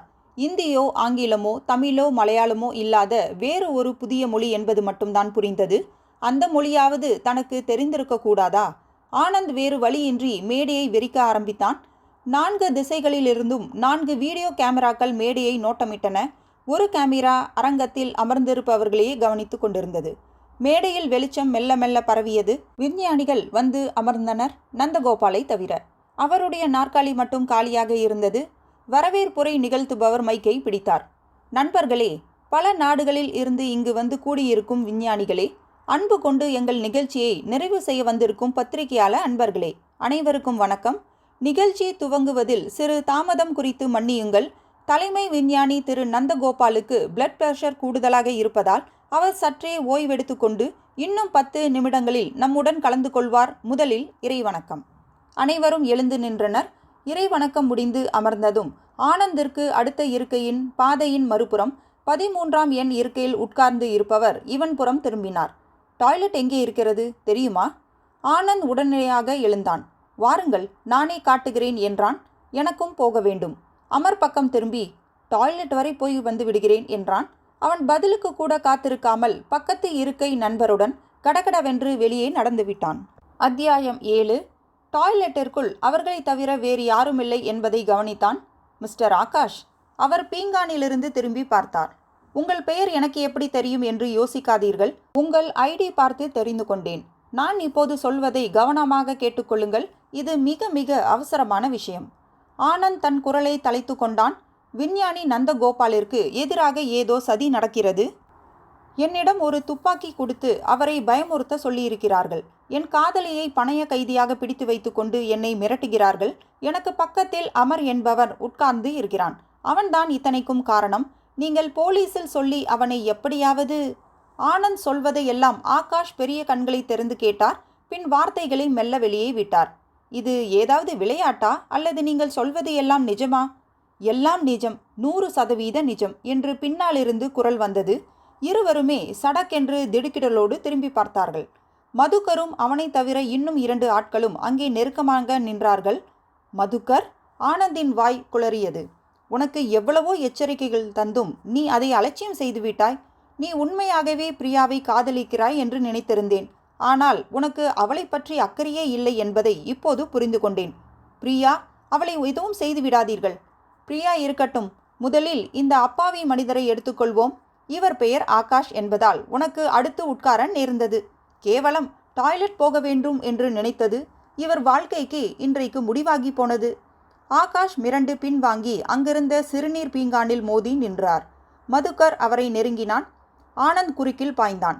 மதுக்கர், ஆகாஷை விடு. அவர் தப்பேதும் செய்யவில்லை.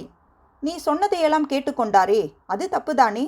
மதுக்கர் ஆனந்தை இடது பக்கம் தன் சகாக்களிடம் தள்ளினான். ஆகாஷின் அடிவயிற்றில் கும் என்று குத்தினான். விஞ்ஞானமும் பரிசோதனை சாலையும் மட்டுமே பார்த்து பழகிய ஆகாஷ் அந்த தாக்குதலுக்கு சற்றும் தயாராயில்லை. குபுக்கென்று முன்புறம் மடங்கினார். டாய்லெட்டின் கதவு உள்பக்கம் தாளிடப்பட்டிருக்கிறது தானே என்றான் மதுக்கர். ஆமாம். ஆகாஷை அப்படியே டைல்ஸ்கள் பதித்த தரையில் இழுத்து போய் கடைசியில் இருந்த டாய்லெட்டின் கதவை திறந்து உள்ளே இழுத்து போனான். தன்னை பிடித்திருந்தவர்களிடமிருந்து உதறிக்கொண்டு விலக பார்த்த ஆனந்த் தோற்று போனான். சில நிமிடங்களில் மூடிய டாய்லெட்டிலிருந்து மதுக்கர் வெளிப்பட்டான். ரத்தம் சொட்டும் கத்தியை எடுத்து போய் வாஷ்பேஷனில் கழுவினான் மதுக்கர். ஆகாஷை என்ன செய்தீர்கள்? ஆனந்த் நடுக்கத்துடன் கேட்டான். நாளைக்கு சாட்சி சொல்ல அவன் உயிரோடு வரக்கூடாது அல்லவா? அதனால் சதக் என் உடைகளை கரையாக்காமல் அவனை தீர்த்து கட்டிவிட்டேன். அப்படியே கப்போர்டில் உட்கார வைத்துவிட்டு வந்திருக்கிறேன். கதவை தாழ்பால் போட்டுவிட்டேன். அவனை கண்டுபிடிக்கும் முன் நம் காரியம் முடிந்து போயிருக்கும். ஆனந்த் தன்னை பிடித்து இருந்தவர்களை உதறினான். நீங்கள் சொன்னதெல்லாம் பொய். நந்தகோபாலை சும்மா பயமுறுத்த போவதாக முதலில் சொன்னீர்கள். அது வெறும் விளையாட்டு. ஆனால் அதை நிறைவேற்றுவதற்காக ஒரு உயிரையே கொலை செய்கிறீர்கள் என்றால் நீங்கள் சொன்னது ஒரு உண்மை அல்ல. இதன் பின்னால் ஒரு பெரும் சதித்திட்டம் இருக்கிறது. எஸ், சதிதான்.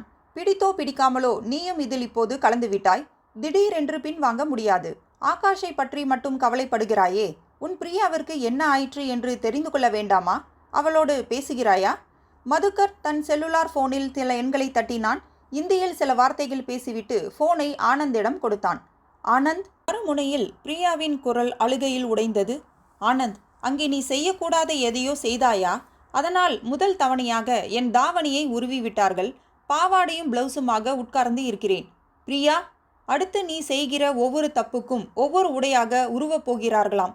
ஐயோ, I am sorry Priya. Anand, நீ சீக்கிரம் வந்து என்னை கூட்டிப்போ. எனக்கு ரொம்ப பயமாக இருக்கிறது. பிரியா, இங்கே இவர்கள் என்ன செய்தார்கள் தெரியுமா என்று ஆனந்த் ஆரம்பித்ததும் போன் பிடுங்கப்பட்டது. இப்போது பிரியாவுடனும் பேசிவிட்டாய். என்ன முடிவு செய்திருக்கிறாய்? எங்களுடன் ஒத்துழைக்கப் போகிறாயா இல்லையா? மதுக்கர் கோபமாக கேட்டான். ஆனந்திற்கு சட்டென்று தன்னிடமிருந்த ரிவால்வர் நினைவுக்கு வந்தது. அது டம்மி துப்பாக்கி என்று அவர்கள் மறுபடி சொன்னாலும் அது பொய்யாக இருக்கும் என்று தோன்றியது. ஒருவேளை அது உண்மையான துப்பாக்கியாக இருக்குமோ? அவன் சுட்டதும் பொசுக்கென்று நந்தகோபால் மேடையில் செத்து சுருண்டு விழுவாரா?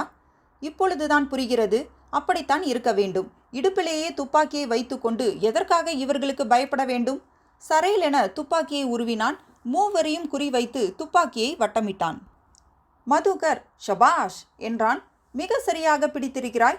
இப்படித்தான் நந்தகோபாலுக்கு எதிராகவும் பிடிக்க வேண்டும். இப்போது பிடித்திருப்பது உங்களுக்கு எதிராக என்றான் ஆனந்த் உருமலாக. உன் கை எப்படி நடுங்குகிறது பார். ஆனந்த், எங்களுக்கு எதிராக இந்த டம்மி துப்பாக்கியை பிடித்து என்ன ஆகப்போகிறது? சுட்டால் சத்தமும் புகையும் தான் வரும். பொய். இதை வைத்து நந்தகோபாலை சுடுவதற்குத்தான் என்னிடம் கொடுத்திருக்கிறீர்கள். முட்டாள், இது டம்மி துப்பாக்கிதான். இல்லை என்றால் இவ்வளவு தைரியமாக உனக்கு எதிரே நிற்போமா? சுடு என்று சொல்வேன். ஆனால் ஒரே ப்ராப்ளம், இது சத்தம் போட்டுவிடும். அதற்காக யோசிக்கிறேன். சுட்டு நீ அவர்களை எல்லாம் கூப்பிட்டாலும் மறுபடியும் ஒரு விஷயத்தை மறந்து விடுகிறாய். பிரியா. பிரியா என்ற பெயர் சொல்லப்பட்டதும் ஆனந்தின் துப்பாக்கி தலைந்தது. மதுக்கர் அவனை நெருங்கி துப்பாக்கியை பிடுங்கினான். சட்டென்று பிளந்து உள்ளே காட்டினான்.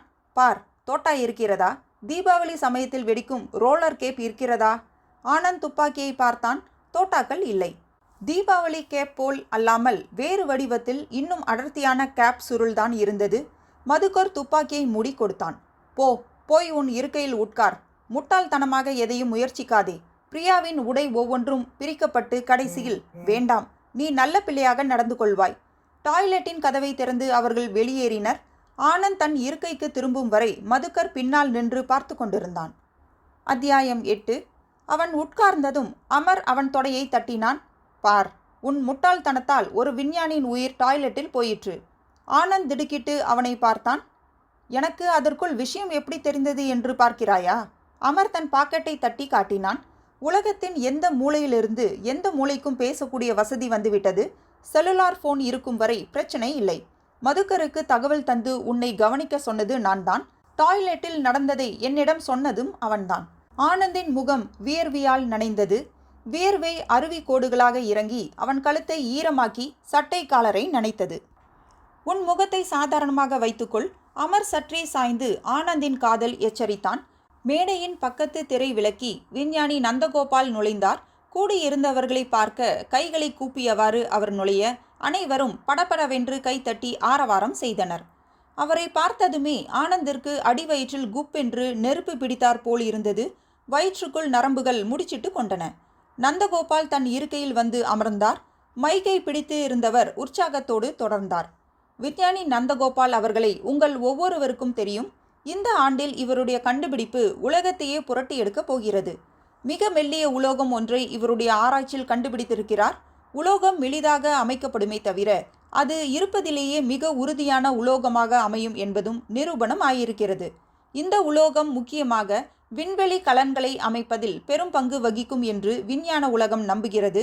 இந்த சந்திப்பில் விஞ்ஞானி நந்தகோபால் அவர்கள் தன்னுடைய கண்டுபிடிப்பை பற்றி விளக்கமாக சொல்லுவார்.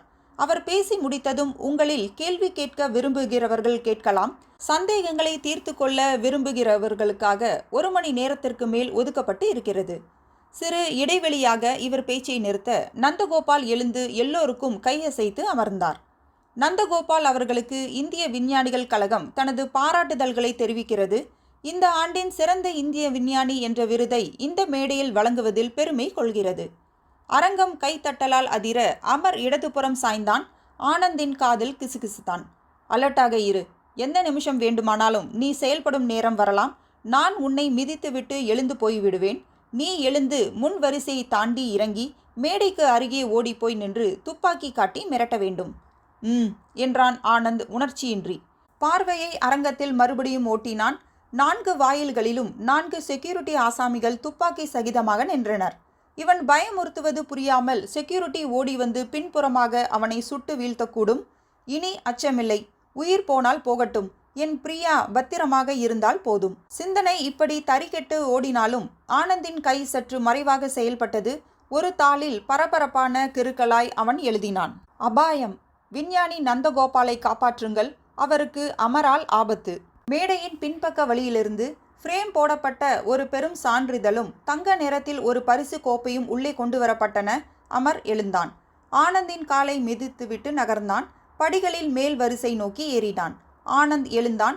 தான் எழுதிய தாளை முன் வரிசையில் இருந்த பத்திரிகையாளனின் மடியில் போட்டுவிட்டு வேகமாக மேடை நோக்கி நகர்ந்தான். அதே சமயம் தலைமை விஞ்ஞானி விருதை நீட்ட அதை பெற்றுக்கொள்ள விஞ்ஞானி நந்தகோபால் எழுந்து மேடையில் முன் வந்தார். 3 வீடியோ கேமராக்கள் அவரை நோக்கி திரும்பியிருக்க மேடையின் வலதுபுறம் இருந்த கேமரா மட்டும் ஆனந்தின் நடையை தொடர்ந்து கண்காணிப்பதை ஆனந்த் கவனித்தான். அவனுக்கு சரேல் என்று விஷயம் புரிந்தது. நந்தகோபாலை அவன் சுடும்போது வீடியோ தெள்ள தெளிவாக அதில் பதிவு செய்யப்படும். நந்தகோபால் விருது வாங்கும் காட்சியை படம் எடுக்க புகைப்படக்காரர்களும் நெருக்கமாக வர துவங்க மேடையின் கீழே 15 பேர்கள் சூழ்ந்து விட்டார்கள். நந்தகோபால் என்று ஆனந்த் திடீரென அலறினான். மேடையில் இருந்த அத்தனை பேரும் திடுக்கிட்டு திரும்பினார்கள். அரங்கமே ஸ்தம்பித்தது. ஆனந்த் துப்பாக்கியை எடுத்தான். தனக்கு நெருக்கமாக இருந்தவர்களை விலக சொல்லி சைகை செய்தான். தன் எச்சரிக்கையை படித்து அந்த பத்திரிகையாளர் நடவடிக்கை எடுக்க சற்று நேரம் தர வேண்டும் என்பதால் தன் உரையாடலை வளர்க்க விரும்பினான். நந்தகோபால், என்னை தெரிகிறதா? ஏப்ரல் 10ஆம் தேதி என் ஆராய்ச்சியை கேலி செய்து அத்தனை பேர் மத்தியிலும் அவமானப்படுத்தினாயே, நினைவிருக்கிறதா? என் ஆராய்ச்சி என்றால் கேலி, உன் ஆராய்ச்சி என்றால் நோபல் பரிசா? நந்தகோபாலின் அருகில் இருந்த விஞ்ஞானிகள் அச்சத்துடன் 2 அடி பின் நகர நந்தகோபால் உலர்ந்து போன உதடுகளை நாவால் ஈரம் செய்து கொண்டார். தம்பி, உன் பெயர் என்ன? ஆனந்த். ஆனந்த், துப்பாக்கியை முதலில் கீழே போடு. நம் விஷயங்களை விரிவாக தெளிவாக பிறகு பேசுவோம். செக்யூரிட்டி ஆட்கள் தடதடவென்று படிகளில் ஓடி வருவது கேட்டது. நோ, இப்போதே பேச வேண்டும் என்றான் ஆனந்த். இங்கேயே என் ஆராய்ச்சிகளை நீங்கள் ஏற்றுக்கொள்ளவில்லை என்றால் எனக்கு வேறு வழி இல்லை. டிஷ்யூம். உன் தவறான ஆராய்ச்சியை எப்படியப்பா? ஆனந்த் அதற்கு மேலும் தாமதிக்க விரும்பாமல் துப்பாக்கியை உயர்த்தி விசையை இழுத்தான். டப் என்ற சத்தம், புகை. நந்தகோபால் மார்பை பிடித்துக்கொண்டு அப்படியே பின்புறம் சரிந்தார். ஆனந்த் மறுபடியும் சுட்டான். நந்தகோபால் மெல்லிய துள்ளலுடன் மேடையில் பரவினார். ஆனந்த் சரேலென திரும்பி பார்த்தான். அவன் எதிர்பார்த்தபடியே தான் நடந்திருந்தது. கடைசியாக காலியாக இருந்த வரிசைகளின் மத்தியில் இருந்த நாற்காலியில் இருந்து அமர் துப்பாக்கியுடன் எழுந்தான். ஆனந்த் இங்கே டம்மி துப்பாக்கியால் சுட்ட அதே நேரம் அவன் உயரத்தில் இருந்து நிஜ துப்பாக்கியால் சுட்டுவிட்டான் என்பது புரிந்தது. நந்தகோபால் கீழே சரிந்ததுமே அரங்கமே அலறிக்கொண்டு எழுந்தது. வாசல் நோக்கி அனைவரும் ஒரே சமயத்தில் ஓட பார்க்க திமுதிமுவென்று குழப்பம். அமர் அத்தனை பேரையும் விலக்கி கொண்டு கீழே ஓடி வந்தான். திகைத்தெறிந்த கூட்டம் அவனை ஆட்சேபிக்கவில்லை. பிடியுங்கள், அவனை பிடியுங்கள் என்று கத்திக்கொண்டே ஆனந்தின் மீது பாய்ந்தான். பாய்ந்து அவனை உருட்டி தள்ளி புரண்டு எழுந்தான். அப்படி எழுந்தபோது ஆனந்தின் கையிலிருந்த டம்மி துப்பாக்கி அவனால் சாதுரியமாக பிடுங்கப்பட்டு அவனுடைய பேண்ட் பாக்கெட்டிற்குள் போய்விட்டது. நந்தகோபாலை சுட்ட உண்மையான துப்பாக்கி கீழே கிடந்தது. ஒரு பத்திரிகையாளர் துப்பாக்கியை அள்ள குனிய நோ என்று அலறினான் அமர். அதை தொடாதீர்கள், அதில் கொலைகாரனின் கைரேகைகள் இருக்கும். சுரீர் என்று ஆனந்திற்கு புரிந்துவிட்டது. எவ்வளவு அழகாக அவன் முட்டாளாக்கப்பட்டு விட்டான். காலையில் இந்த உண்மையான துப்பாக்கியை அவனிடம் கொடுத்து தோட்டாக்களை நிரப்ப சொன்னபோதே அமர் தீர்மானித்து இருக்க வேண்டும். துப்பாக்கி மட்டுமல்ல, தோட்டாக்களிலும் ஆனந்தின் கைரேகைகள் தான் இருக்கும். இப்போது அந்த துப்பாக்கியை அமர் பிரயோகித்த போது அந்த கைரேகைகள் அழியாத வண்ணம் தன் கைகளில் நிச்சயம் கண்ணுக்கு புலப்படாத மெல்லிய கையுறை அணிந்திருப்பான். இதோ செக்யூரிட்டி ஆட்கள் நெருங்கிவிட்டார்கள். ஆனந்த் சுட்டதற்கு அரங்கமே சாட்சி. போதாததற்கு ஒரு வீடியோ கேமரா வெகு விசுவாசமாக அவன் துப்பாக்கியை எடுத்தது, சுட்டது எல்லா காட்சிகளையும் பதிவு செய்திருக்கிறது. ஆனந்த் கீழே பார்த்தான். 2 தோட்டாக்கள் மட்டுமே துப்பிவிட்டு மிச்சம் 4 தோட்டாக்களுடன் அபாயகரமாய் கிடக்கும் நிஜ துப்பாக்கி. வெகு அருகே கள்ளத்தனமும் கயமைத்தனமும் நிறைந்த அமர். நெருங்கி வந்துவிட்ட காவலர்கள். ஆனந்த் தீர்மானித்தான். அத்தியாயம் 9. ஆனந்த் மின்னல் வேகத்தில் குனிந்தான், நிமிர்ந்தான். அவன் கையில் அமர் பயன்படுத்திய நிஜ துப்பாக்கி வந்துவிட்டது. அதன் சேஃப்டி கேட்சை விடுவித்து அவன் அமரை அருகே இழுத்து அவன் நெற்றியில் துப்பாக்கியை பதித்தான். தொண்டை நரம்பு புடைக்க கத்தினான். எல்லோரும் விலகுங்கள், என்னை யாராவது நெருங்கினால் இவனை சுட்டு விடுவேன். கூட்டம் கல் எறியப்பட்ட நீர் பரப்பு போல் சுழித்து வட்டத்தை பெரிதாக்கியது. செக்யூரிட்டி ஆட்கள் துப்பாக்கிகளை விரைப்பாக பிடித்து நின்றார்கள். அமர் திகைத்து போய் ஆனந்தை பார்த்தான். இந்த செயலை அவன் சற்றும் எதிர்பார்த்திருக்கவில்லை. நீ இது நிஜ துப்பாக்கி அமர், அசையாதே. அமர் அதிர்ந்து நின்றான். ஆனந்த் துப்பாக்கி பிடித்திருந்த விதத்தில் அவனுக்கு காலையில் தரப்பட்ட பயிற்சிகள் கவனம் இருந்தது. ஹலோ போலீஸ் என்றான். ஆனந்த் குரலை உயர்த்தி, இவன் பெயர் அமர். இவன்தான் விஞ்ஞானியை சுட்டான். இவனை நான் உங்களிடம் உயிரோடு ஒப்படைக்க வேண்டும் என்றால் நான் சொல்வதை கேளுங்கள்.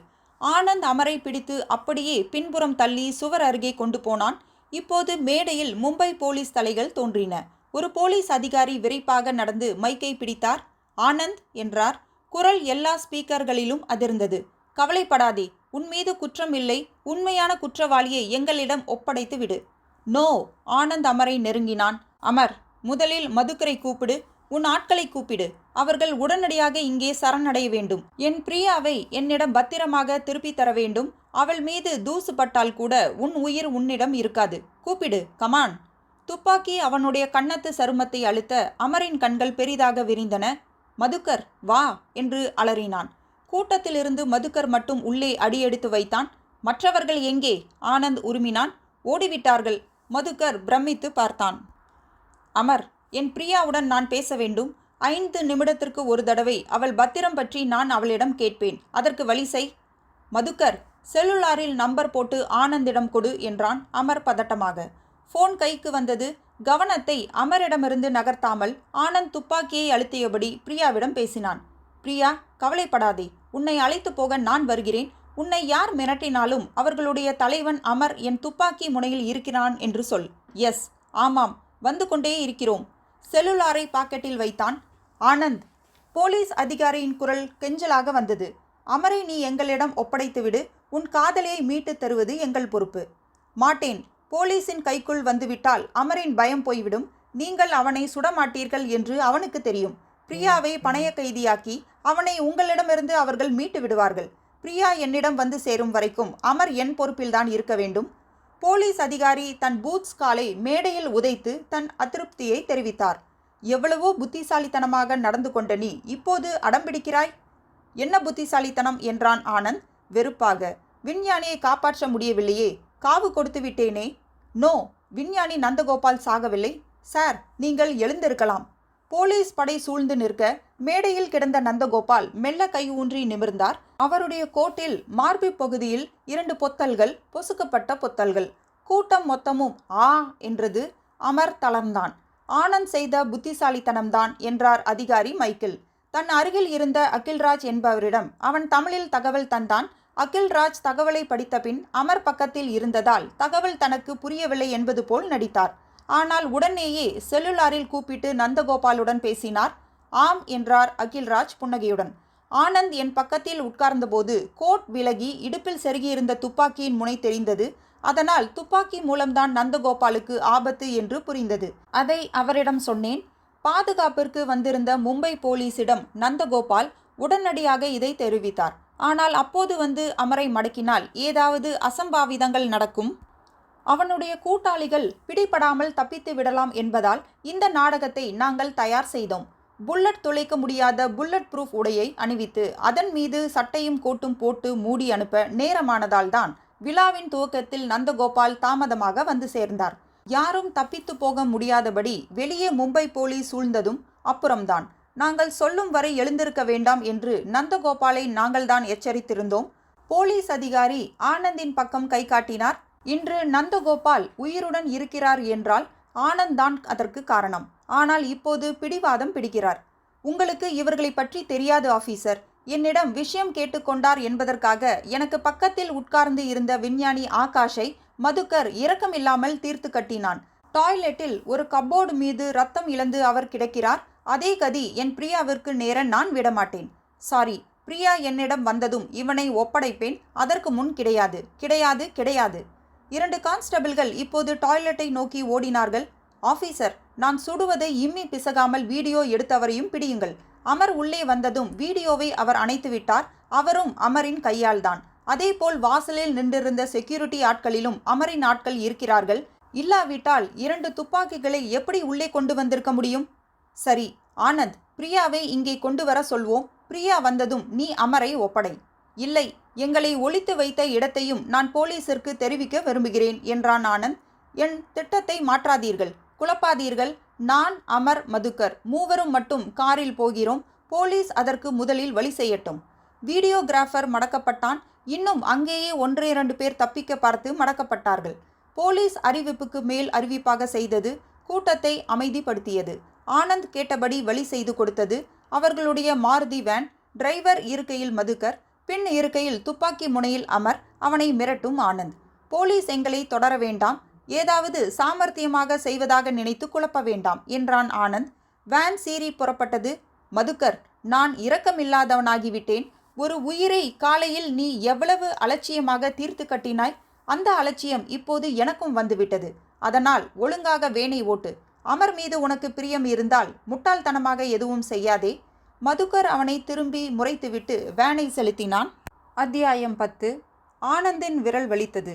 துப்பாக்கி விசையில் வெகுநேரம் வைத்திருந்ததால் அந்த விரலின் நரம்பும் தசையும் கெஞ்சின. ஆனால் அவன் பிடிப்பை தளரவிடவில்லை. துப்பாக்கியை இன்னும் சற்றே அழுத்தினான். வேன் எங்கே போகிறது என்று மும்பை போக்குவரத்தை கவனிக்க வேண்டும் என்று ஒரு புறம் துடிப்பாக இருந்தாலும் அமரை விட்டு பார்வையை நகர்த்தவும் யோசனையாய் இருந்தது. நந்தகோபால் உயிருடன் எழுந்து நின்ற காட்சி மறுபடியும் மனதில் வந்து நின்றது. அவனுக்கு ஆச்சரியமாக இருந்தது. ஒரு தேர்ந்த விஞ்ஞானியால் இப்படி தத்ரூபமாக நடிக்கக்கூட முடியுமா? சுடப்போகிறார்கள் என்று தெரிந்தும் தைரியமாக மேடை ஏறி வர முடிந்ததா? அவர் மீது என்னென்னவோ கோபம் இருந்தாலும் எல்லாம் இப்போது சரியாகிவிட்டது போல் இருந்தது. அமர், நீ யார்? விஞ்ஞானி நந்தகோபாலை கொல்லுவதால் உனக்கென்ன லாபம்? நீ போலீஸ் இல்லை. உன் கேள்விகளுக்கு பதில் சொல்ல வேண்டிய அவசியம் எனக்கு இல்லை. அமர் உருமினான். அவசியம் இருக்கிறதோ இல்லையோ, அவசரம் இருக்கிறது. துப்பாக்கியின் மறுமுனையில் நான் இருக்கிறேன் என்பதை மறந்து விடாதே. அமர் அவனை ஆழமாக முறைத்தான். நந்தகோபால் ஒத்துழைக்க மறுத்தார். எதற்கு? அவருடைய கண்டுபிடிப்பை இந்தியாவிற்குத்தான் கொடுப்பேன் என்று அடம்பிடித்தார். இந்தியாவில் ஒரு சான்றிதழும் 500 ரூபாய் காசோலையும் கொடுப்பார்கள். வேறென்ன கிடைக்கும் இங்கே? கோடி கோடியாய் கொட்டித்தர அமெரிக்கா தயாராய் இருந்தது. மறுத்துவிட்டார். இந்த ஆராய்ச்சி முடிவுகள் முழுவதும் அவருடைய நெருக்கமான உதவியாளனுக்கு மட்டும் தெரியும். அவனும் இந்தியா தேசப்பற்று என்று என்னென்னவோ கதைவிட்டான். இன்றைக்கு அரங்கத்தில் அவர் ஆராய்ச்சி பற்றி பேசும் முன் அவரை தீர்த்துவிட்டால் உயிருக்கு பயந்து அவருடைய உதவியாளன் எங்களிடம் உண்மைகளை சொல்லிவிடுவான். ஆராய்ச்சி முடிவுகள் எங்கள் கைக்கு வந்துவிடும். அப்படியே இல்லை என்றாலும் அந்த ஆராய்ச்சியின் சில முக்கியமான விவரங்கள் நந்தகோபாலோடு அழிந்து போகும். அமெரிக்காவை விட இந்தியா வலுவானதாக மாற முடியாமல் போகும். அது போதும். நீ ஒரு இந்தியன். இல்லை, நான் ஒரு வியாபாரி.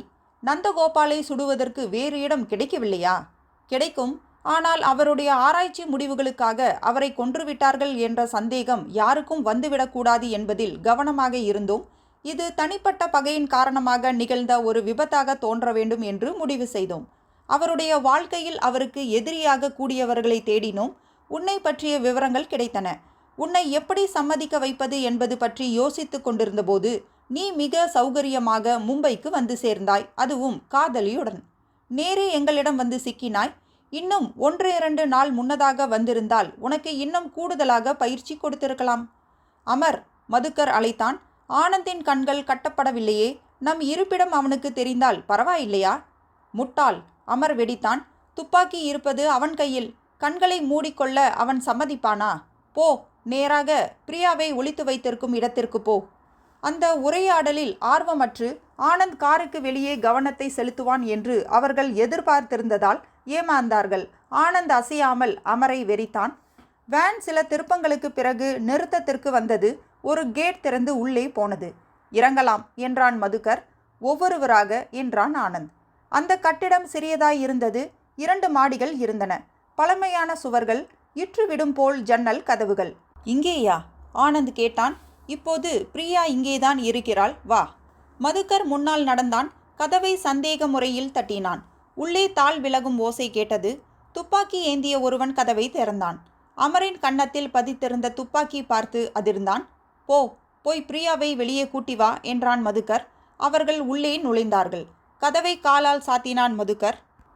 ஹால் பழமையாக 6 தூண்களின் உயரத்தில் நின்று இருந்தது. ஹாலில் இருந்தே படிகள் ஏறி மாடிக்கு சென்றன. இந்த வீட்டிலா அவர்கள் கட்டி போடப்பட்டார்கள்? ஹாலின் மையத்திற்கு அமரை தள்ளி சென்ற ஆனந்த் அங்கிருந்த படிகளை பார்த்தான். சற்று நேரத்தில் படிகளில் பெண்களின் பாதங்கள் ஒலித்தன. ஆனந்த் நிமிரவில்லை. அமர் மீது கவனமாக இருந்தான். கடைசி படிகளில் பிரியா இறங்கும் போதுதான் அவளை பார்த்தான். ஆனந்த், பிரியாவின் குரல் கர்ஜிட்டது. நீ எப்படி?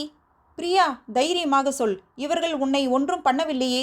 பிரியா பயந்த விழிகளால் அங்கிருந்த 4 தடியன்களையும் மாறி மாறி பார்த்தாள். இல்லை, உன்னிடமிருந்து ஃபோன் வந்ததும் என் புடவையை திரும்பி தந்தார்கள். யாரும் என்னை தொடவில்லை. குட், இந்த பக்கம் வந்துவிடு. வெயிட். மதுக்கர் குறுக்கில் புகுந்து அவளை இழுத்து பிடித்தான். ஒரு சின்ன அசைவில் அவன் கையில் ஒரு கத்தி. அதை பிரியாவின் கழுத்தில் பதித்தான். பிரியா கிரீச்சிட்டாள். அமரை முதலில் விடுவி. ஈஸி ஈஸி என்றான் அமர். டென்ஷனில் யாரும் யாரையும் காயப்படுத்தி விடாதீர்கள். என்னை ஆனந்த் விடுவிக்கும் அதே நேரத்தில் பிரியாவை நீயும் அனுப்பு. அப்படியானால் அது இந்த வீட்டிற்குள் வேண்டாம் என்றான் Anand. What do you mean? அமரை நான் விடுவித்துவிட்டு பூட்டிய வீட்டிற்குள் 6 முரடர்களுக்கு நடுவில் ஒற்றை துப்பாக்கியால் என்னால் எதுவும் செய்ய முடியாது என்று எனக்கு தெரியும். நீ பிரியாவை அழைத்து கொண்டு வெளியேறலாம். நோ, அமரையும் பிரியாவையும் நாம் மாற்றிக்கொள்வதே வீட்டிற்கு வெளியே நடக்கட்டும். காரை விட்டு நடந்து வந்தோமே, அந்த கான்கிரீட் தளத்தில் ஆட்களை மாற்றிக்கொள்வோம். ஆனந்த், நீ அனாவசியத்திற்கு பயப்படுகிறாய். இல்லை, முன்னெச்சரிக்கையாய் இருக்கிறேன். செய் என்றான் அமர். பிரியாவுடன் மதுக்கரும் அமருடன் ஆனந்தும் நடந்தார்கள். இன்னொரு விஷயம் என்றான் ஆனந்த். வீட்டிற்கு வெளியே நாம் அடியெடுத்து வைக்கும்போது நம்மை தவிர வேறு யாரும் வெளியே வரக்கூடாது. உன் அடியாட்கள் வீட்டுக்குள்ளேயே இருக்க வேண்டும். அவர்களை வைத்து கதவை வெளியே தாளிட வேண்டும். அமர் நின்றான். நீ ரொம்ப புத்திசாலி என்றான். சதிகாரர்களுடன் உறவாடும் போது அதிக புத்திசாலித்தனம் தேவைப்படுகிறது. வேறு வழியில்லை, ஆனந்த் சொல்கிறபடி செய் என்றான் அமர். அவர்கள் 4வரும் வெளியே வந்ததும் மதுக்கர் கதவை சாத்தி வெளியே தாளிட்டான். ஆனந்த் அமரை தள்ளிக்கொண்டு கார் அருகே போனான். உனக்கு கார் வேண்டுமா என்று கேட்டான் அமர். நீயும் பிரியாவும் காரை எடுத்துக்கொண்டு போங்கள். ஆனால் இந்த இடத்தை மட்டும் போலீசிற்கு காட்டிக் கொடுக்காதே. ஆனந்த் முகத்தில் மலர்ச்சி வந்தது. அவனே காரை கேட்க வேண்டும் என்று நினைத்திருந்தான். அமர் தானாகவே அதை தருகிறான். மதுக்கர் பிரியாவை முன்னே தள்ளினான்.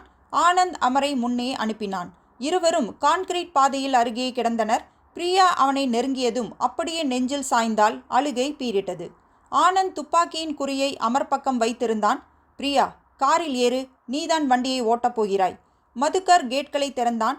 பிரியா மாருதி வேனில் ஏறினாள். கதவு திறந்து விட்டாள். ஆனந்த் மறுபக்கம் ஏறினான். வேன் புறப்பட்டது. கேட் அருகே மதுக்கர் கையசைத்து நிறுத்தினான். தோஸ்த், என் கையில் என்ன என்று பார்த்தாயா? ரிமோட் கண்ட்ரோல் என்றான் ஆனந்த். வேனில் ஒரு வெடிகுண்டு இருக்கிறது. எங்கள் காரை இன்னொருத்தன் எடுத்துவிடக்கூடாது என்பதற்காக வைக்கப்பட்ட வெடிகுண்டு. இதோ இந்த பொத்தானை அழித்துவிட்டேன். இப்போது வெடிகுண்டு தயாராகி விட்டது. இனிமேல் காரில் எந்த கதவை திறந்தாலும் குண்டு வெடிக்கும். யூ அவசரப்பட்டு விடாதே. நான் கோபப்பட்டு இந்த பொத்தானை அழித்துவிட்டால் கதவை திறக்காமலேயே வெடித்துவிடும். பிரியா அலறினாள். பயத்தில் கதவை திறந்து வெளியே குதிக்க நினைத்து கைப்பிடியில் கை வைத்தாள். ஆனந்த் அவளை இழுத்து பிடித்தான். அவசரம் ஆபத்தானது என்றான். காரை கிளப்பு. கதவை திறக்காமல் வெளியேற 100 வழி இருக்கிறது. ஐயோ, என்னால் ஓட்ட முடியாது. பிரியா, ஆனந்த் அதட்டினான். சொன்னதை செய். டிஷ்யூ என்று துப்பாக்கி வெடித்தது. மதுக்கர் கையில் இருந்த ரிமோட் எகிரி போனது. அமர் மிரண்டு நிமிர காம்பவுண்ட் சுவரின் மீது மும்பை போலீஸ். மதுக்கரும் அமரும் கைகளை உயர்த்தினர். ஆனந்த், உன் அதிர்ஷ்டம் ஒவ்வொரு முறையும் இப்படியே ஆகிறது. துப்பாக்கியை நீ வைத்திருக்கிறாய், ஆனால் வேறு யாரோ சுடுகிறார்கள் என்று குரல் வந்தது. ஒரு போலீஸ் அதிகாரி. ஆனந்த் துப்பாக்கியை திருப்பி பிடித்து முன்புற கண்ணாடியை உடைத்தான். ஏன் என்றார் அதிகாரி. கதவை திறந்தால் வெடிக்கும் வெடிகுண்டு வைத்திருக்கிறார்கள் இந்த காரில். My God! போலீஸ்காரர்களின் உதவியோடு முதலில் பிரியாவும் அடுத்தது ஆனந்தும் முன்புறம் இறங்கினார்கள். நந்தகோபாலை நீ ஏன் கொலை செய்ய நினைத்தாய் அமர்? விவரங்களையெல்லாம் நான் தருகிறேன் என்றான் ஆனந்த் பிரியாவை அருகில் இழுத்துக்கொண்டு. துப்பாக்கியை திருப்பி பிடித்து அவரிடம் நீட்டினான். You are very smart Anand. அத்தியாயம் 11 செப்டம்பர் 13 ஞாயிறு. மேகங்களுக்கு மேலே விமானம் பறந்து கொண்டிருந்தது. ஜன்னல் கண்ணாடியில் முகம் புதைத்து வெளியே பார்த்து கொண்டிருந்த பிரியாவின் கண்களில் ஏக்கத்தின் நிழல். சாரிடா பிரியா என்றான் ஆனந்த். ரகசியமாக இருக்கணும்னு நாம நினைச்சது இன்னைக்கு இந்தியா பூராவும் ஃப்ளாஷ் ஆயிருச்சு. ஒரு விதத்தில் நல்லது தான்னு வச்சிக்க. உங்கள் அப்பாவை எப்படி மீட் பண்ணி விஷயத்த சொல்கிறதுன்னு பயந்துட்டு இருந்தேன். இந்தியன் எக்ஸ்பிரஸ் படித்தே நம்ம லவ் பற்றி இந்நேரம் அவருக்கு தெரிஞ்சு போயிருக்கும். பிரியா அவன் கையை இழுத்து மடியில் அழுத்தி கொண்டால். மும்பையை நினைச்சாலே உடம்பு உதறுது. டோன்ட் வரி, இந்த வாட்டி மும்பை மிஸ் ஆயிடுச்சு. ஆனால் ஹனிமூனுக்கு நாம் இங்கே தான் வரோம். பிரியா திடுக்கிட்டு நிமிர்ந்தாள். வேணாம் வேணாம், மும்பைக்கு தான் நீ அழைச்சிட்டு வருவேன்னா அந்த கல்யாணமே வேண்டாம்ப்பா. திரு சுபா அவர்களின் ஆட்ட நாயகன் முற்றும்.